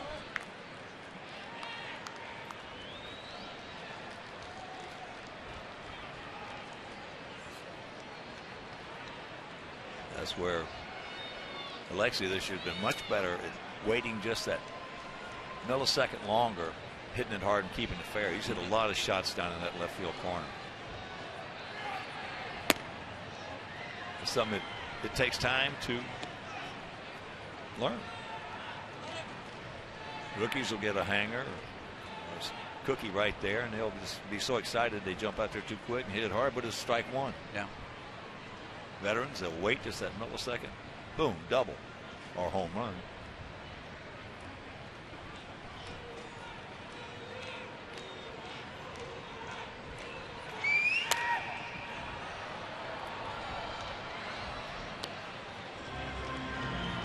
Fastball at 96. And up. Got to get your hands above the ball to hit that one.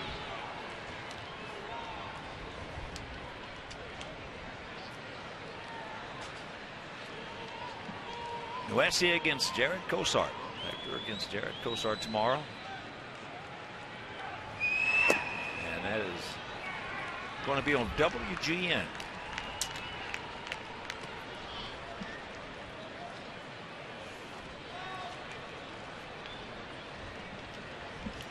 Sox will try and get back. If they can win, hang on to win this one, they can get back to 500 with a victory tomorrow. That'll be a 3:10 start. Some of your calendars it'll be 16, but it's going to be a 3:10 start tomorrow afternoon. And that fastball out play right side.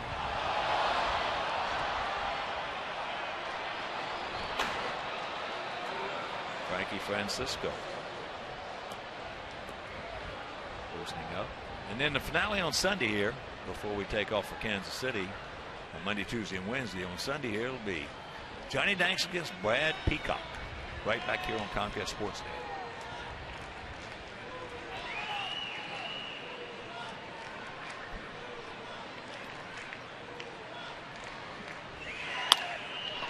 And there's a shot base hit.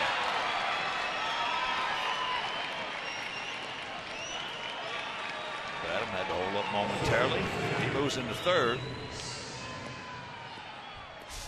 Runners at the corners, 1 out.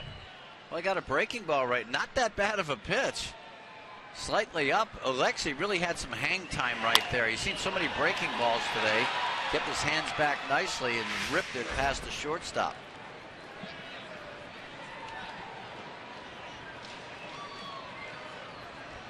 That'll bring up Diaz.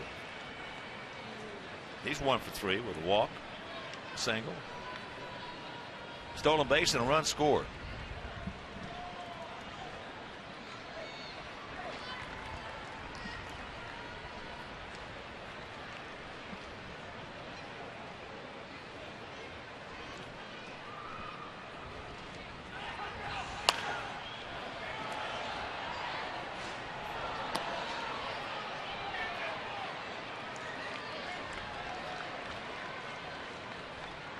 Clemens out of Burke, Virginia. He's 6 years old, 6'4", 200 pounds. He's got a big arm.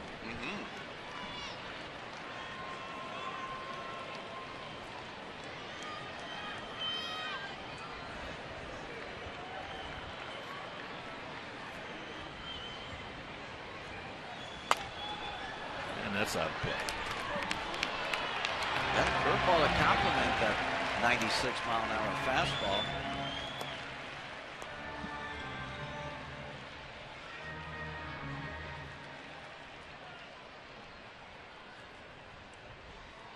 I always say the curveballs. I've always thought a curveball is much tougher to hit than a slider because you can get away with a hanging curveball.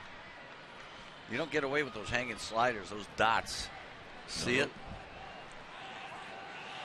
There's a good hook. Hold the runner. So 2 out now. The Ducks on the pond. No, that I used to call them targets, bullseyes. Those hanger sliders. Yeah. They get a bullseye right on them. That little dot. It was, yeah. It's amazing. That's why it was so much tougher to hit a curveball, though. That's going down, changing your eyesight even a little bit. Those curveballs with, well, you're not going to hit many of those 12 to 6s. No. But the ones with the big tilts, yeah, you can get those. So here is Tyler. 1 for 2, 2 walks, an RBI, and a run scored. He's had 2 real good at bats. Takes a curveball strike.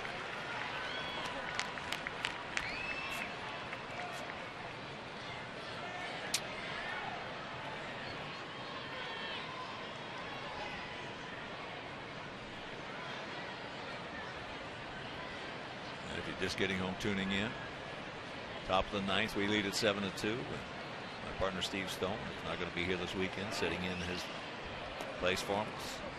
To win Peru, Tom Paciorek.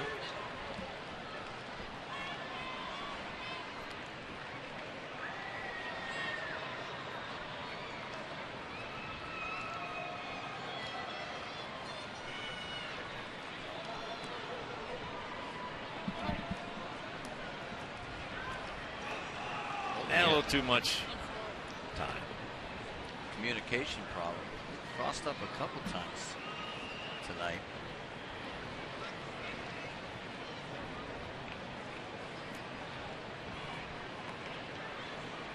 Yeah, I'm glad Melton's not making a comeback. Julio Franco is, for the record.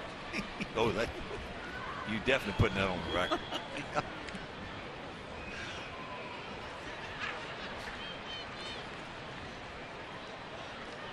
Yeah, 1. Big curveball right there. You can see that one coming from up here. You couldn't see it hardly at the plate, though.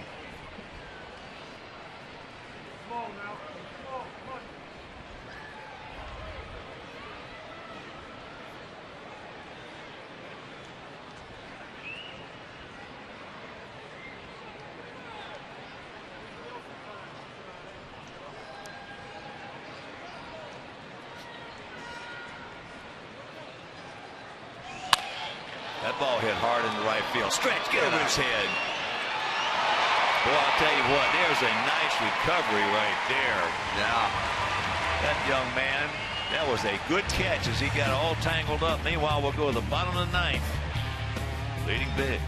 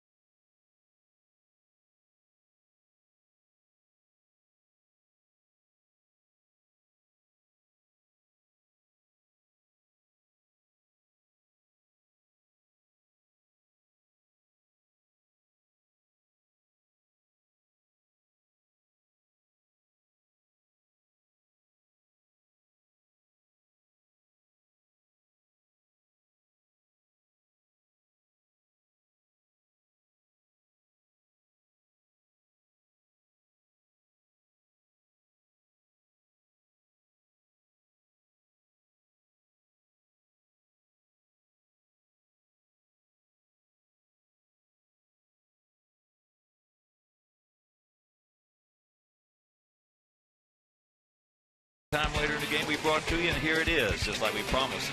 It's Miller Time, brought to you by Miller Lite. And it came that 3-run homer back in the 6th inning, and it was absolutely ridiculous how hard he hit that ball, just like Wednesday, the home run by Abreu. That's our Miller moment. And a pitching change coming on. Thank you, Francisco. For Belisario, Bella did a good job once again going an inning. Been a real settling effect on that bullpen.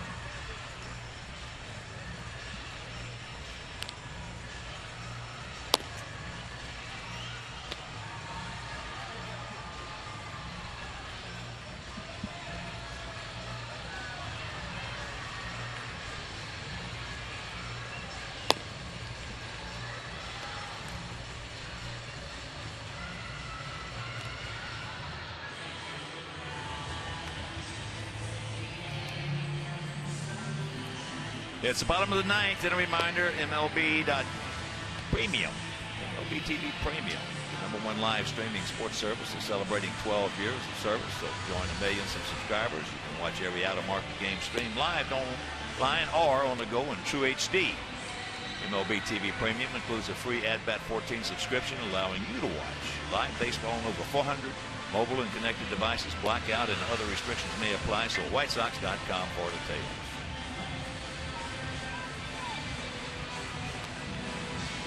Top of the order in the bottom of the 9th, Altuve to lead it off.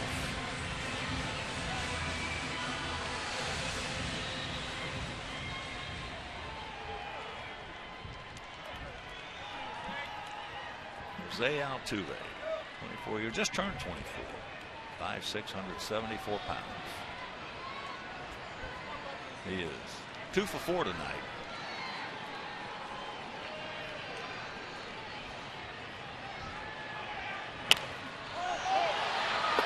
First pitch, pops it up. One pitch, 1 out. Nicely done. Got in on him a bit.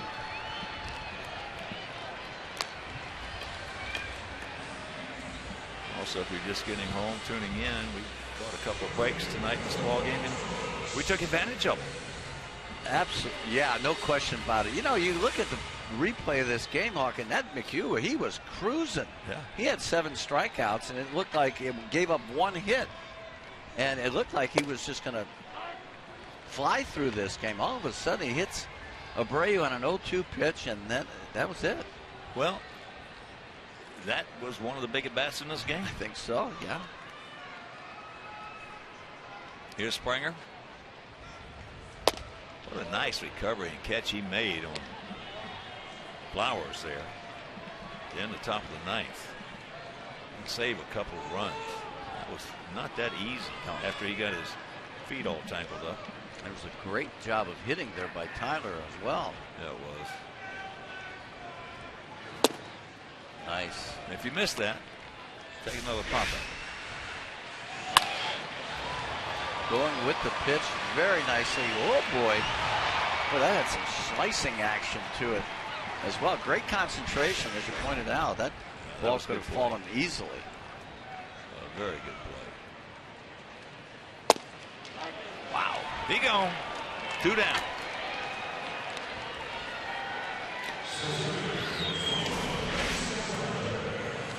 I thought he threw this a lot harder than 93. Boy, you could hear the splat in the glove. Looks like he probably throws a real heavy ball. He's a big guy, isn't he? Frank Francisco. Wide. I saw him in the clubhouse today. Whoa, is this like a tackle? We got some big guys. I'll tell you. Yeah. You. Oh my goodness. I'll tell you, to me, the guy who looks the biggest, though, if you're talking about width and everything, is obviously Hill. He's huge. Oh yeah, he's big man. He is a big man. He can run. Yeah. A lot of talent. He's going to be a good one for a long, long time.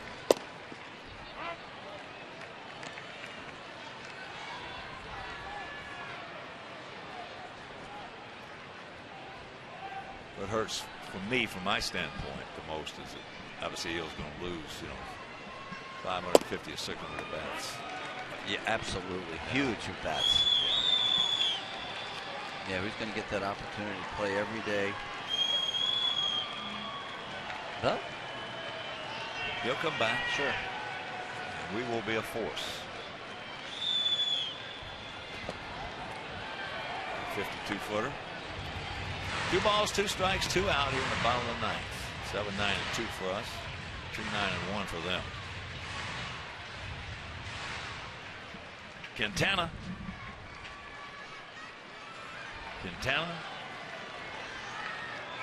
Pitched well again. 1 error cost him a couple of runs. And unfortunately, they were, because of the sequence there, they were earned runs.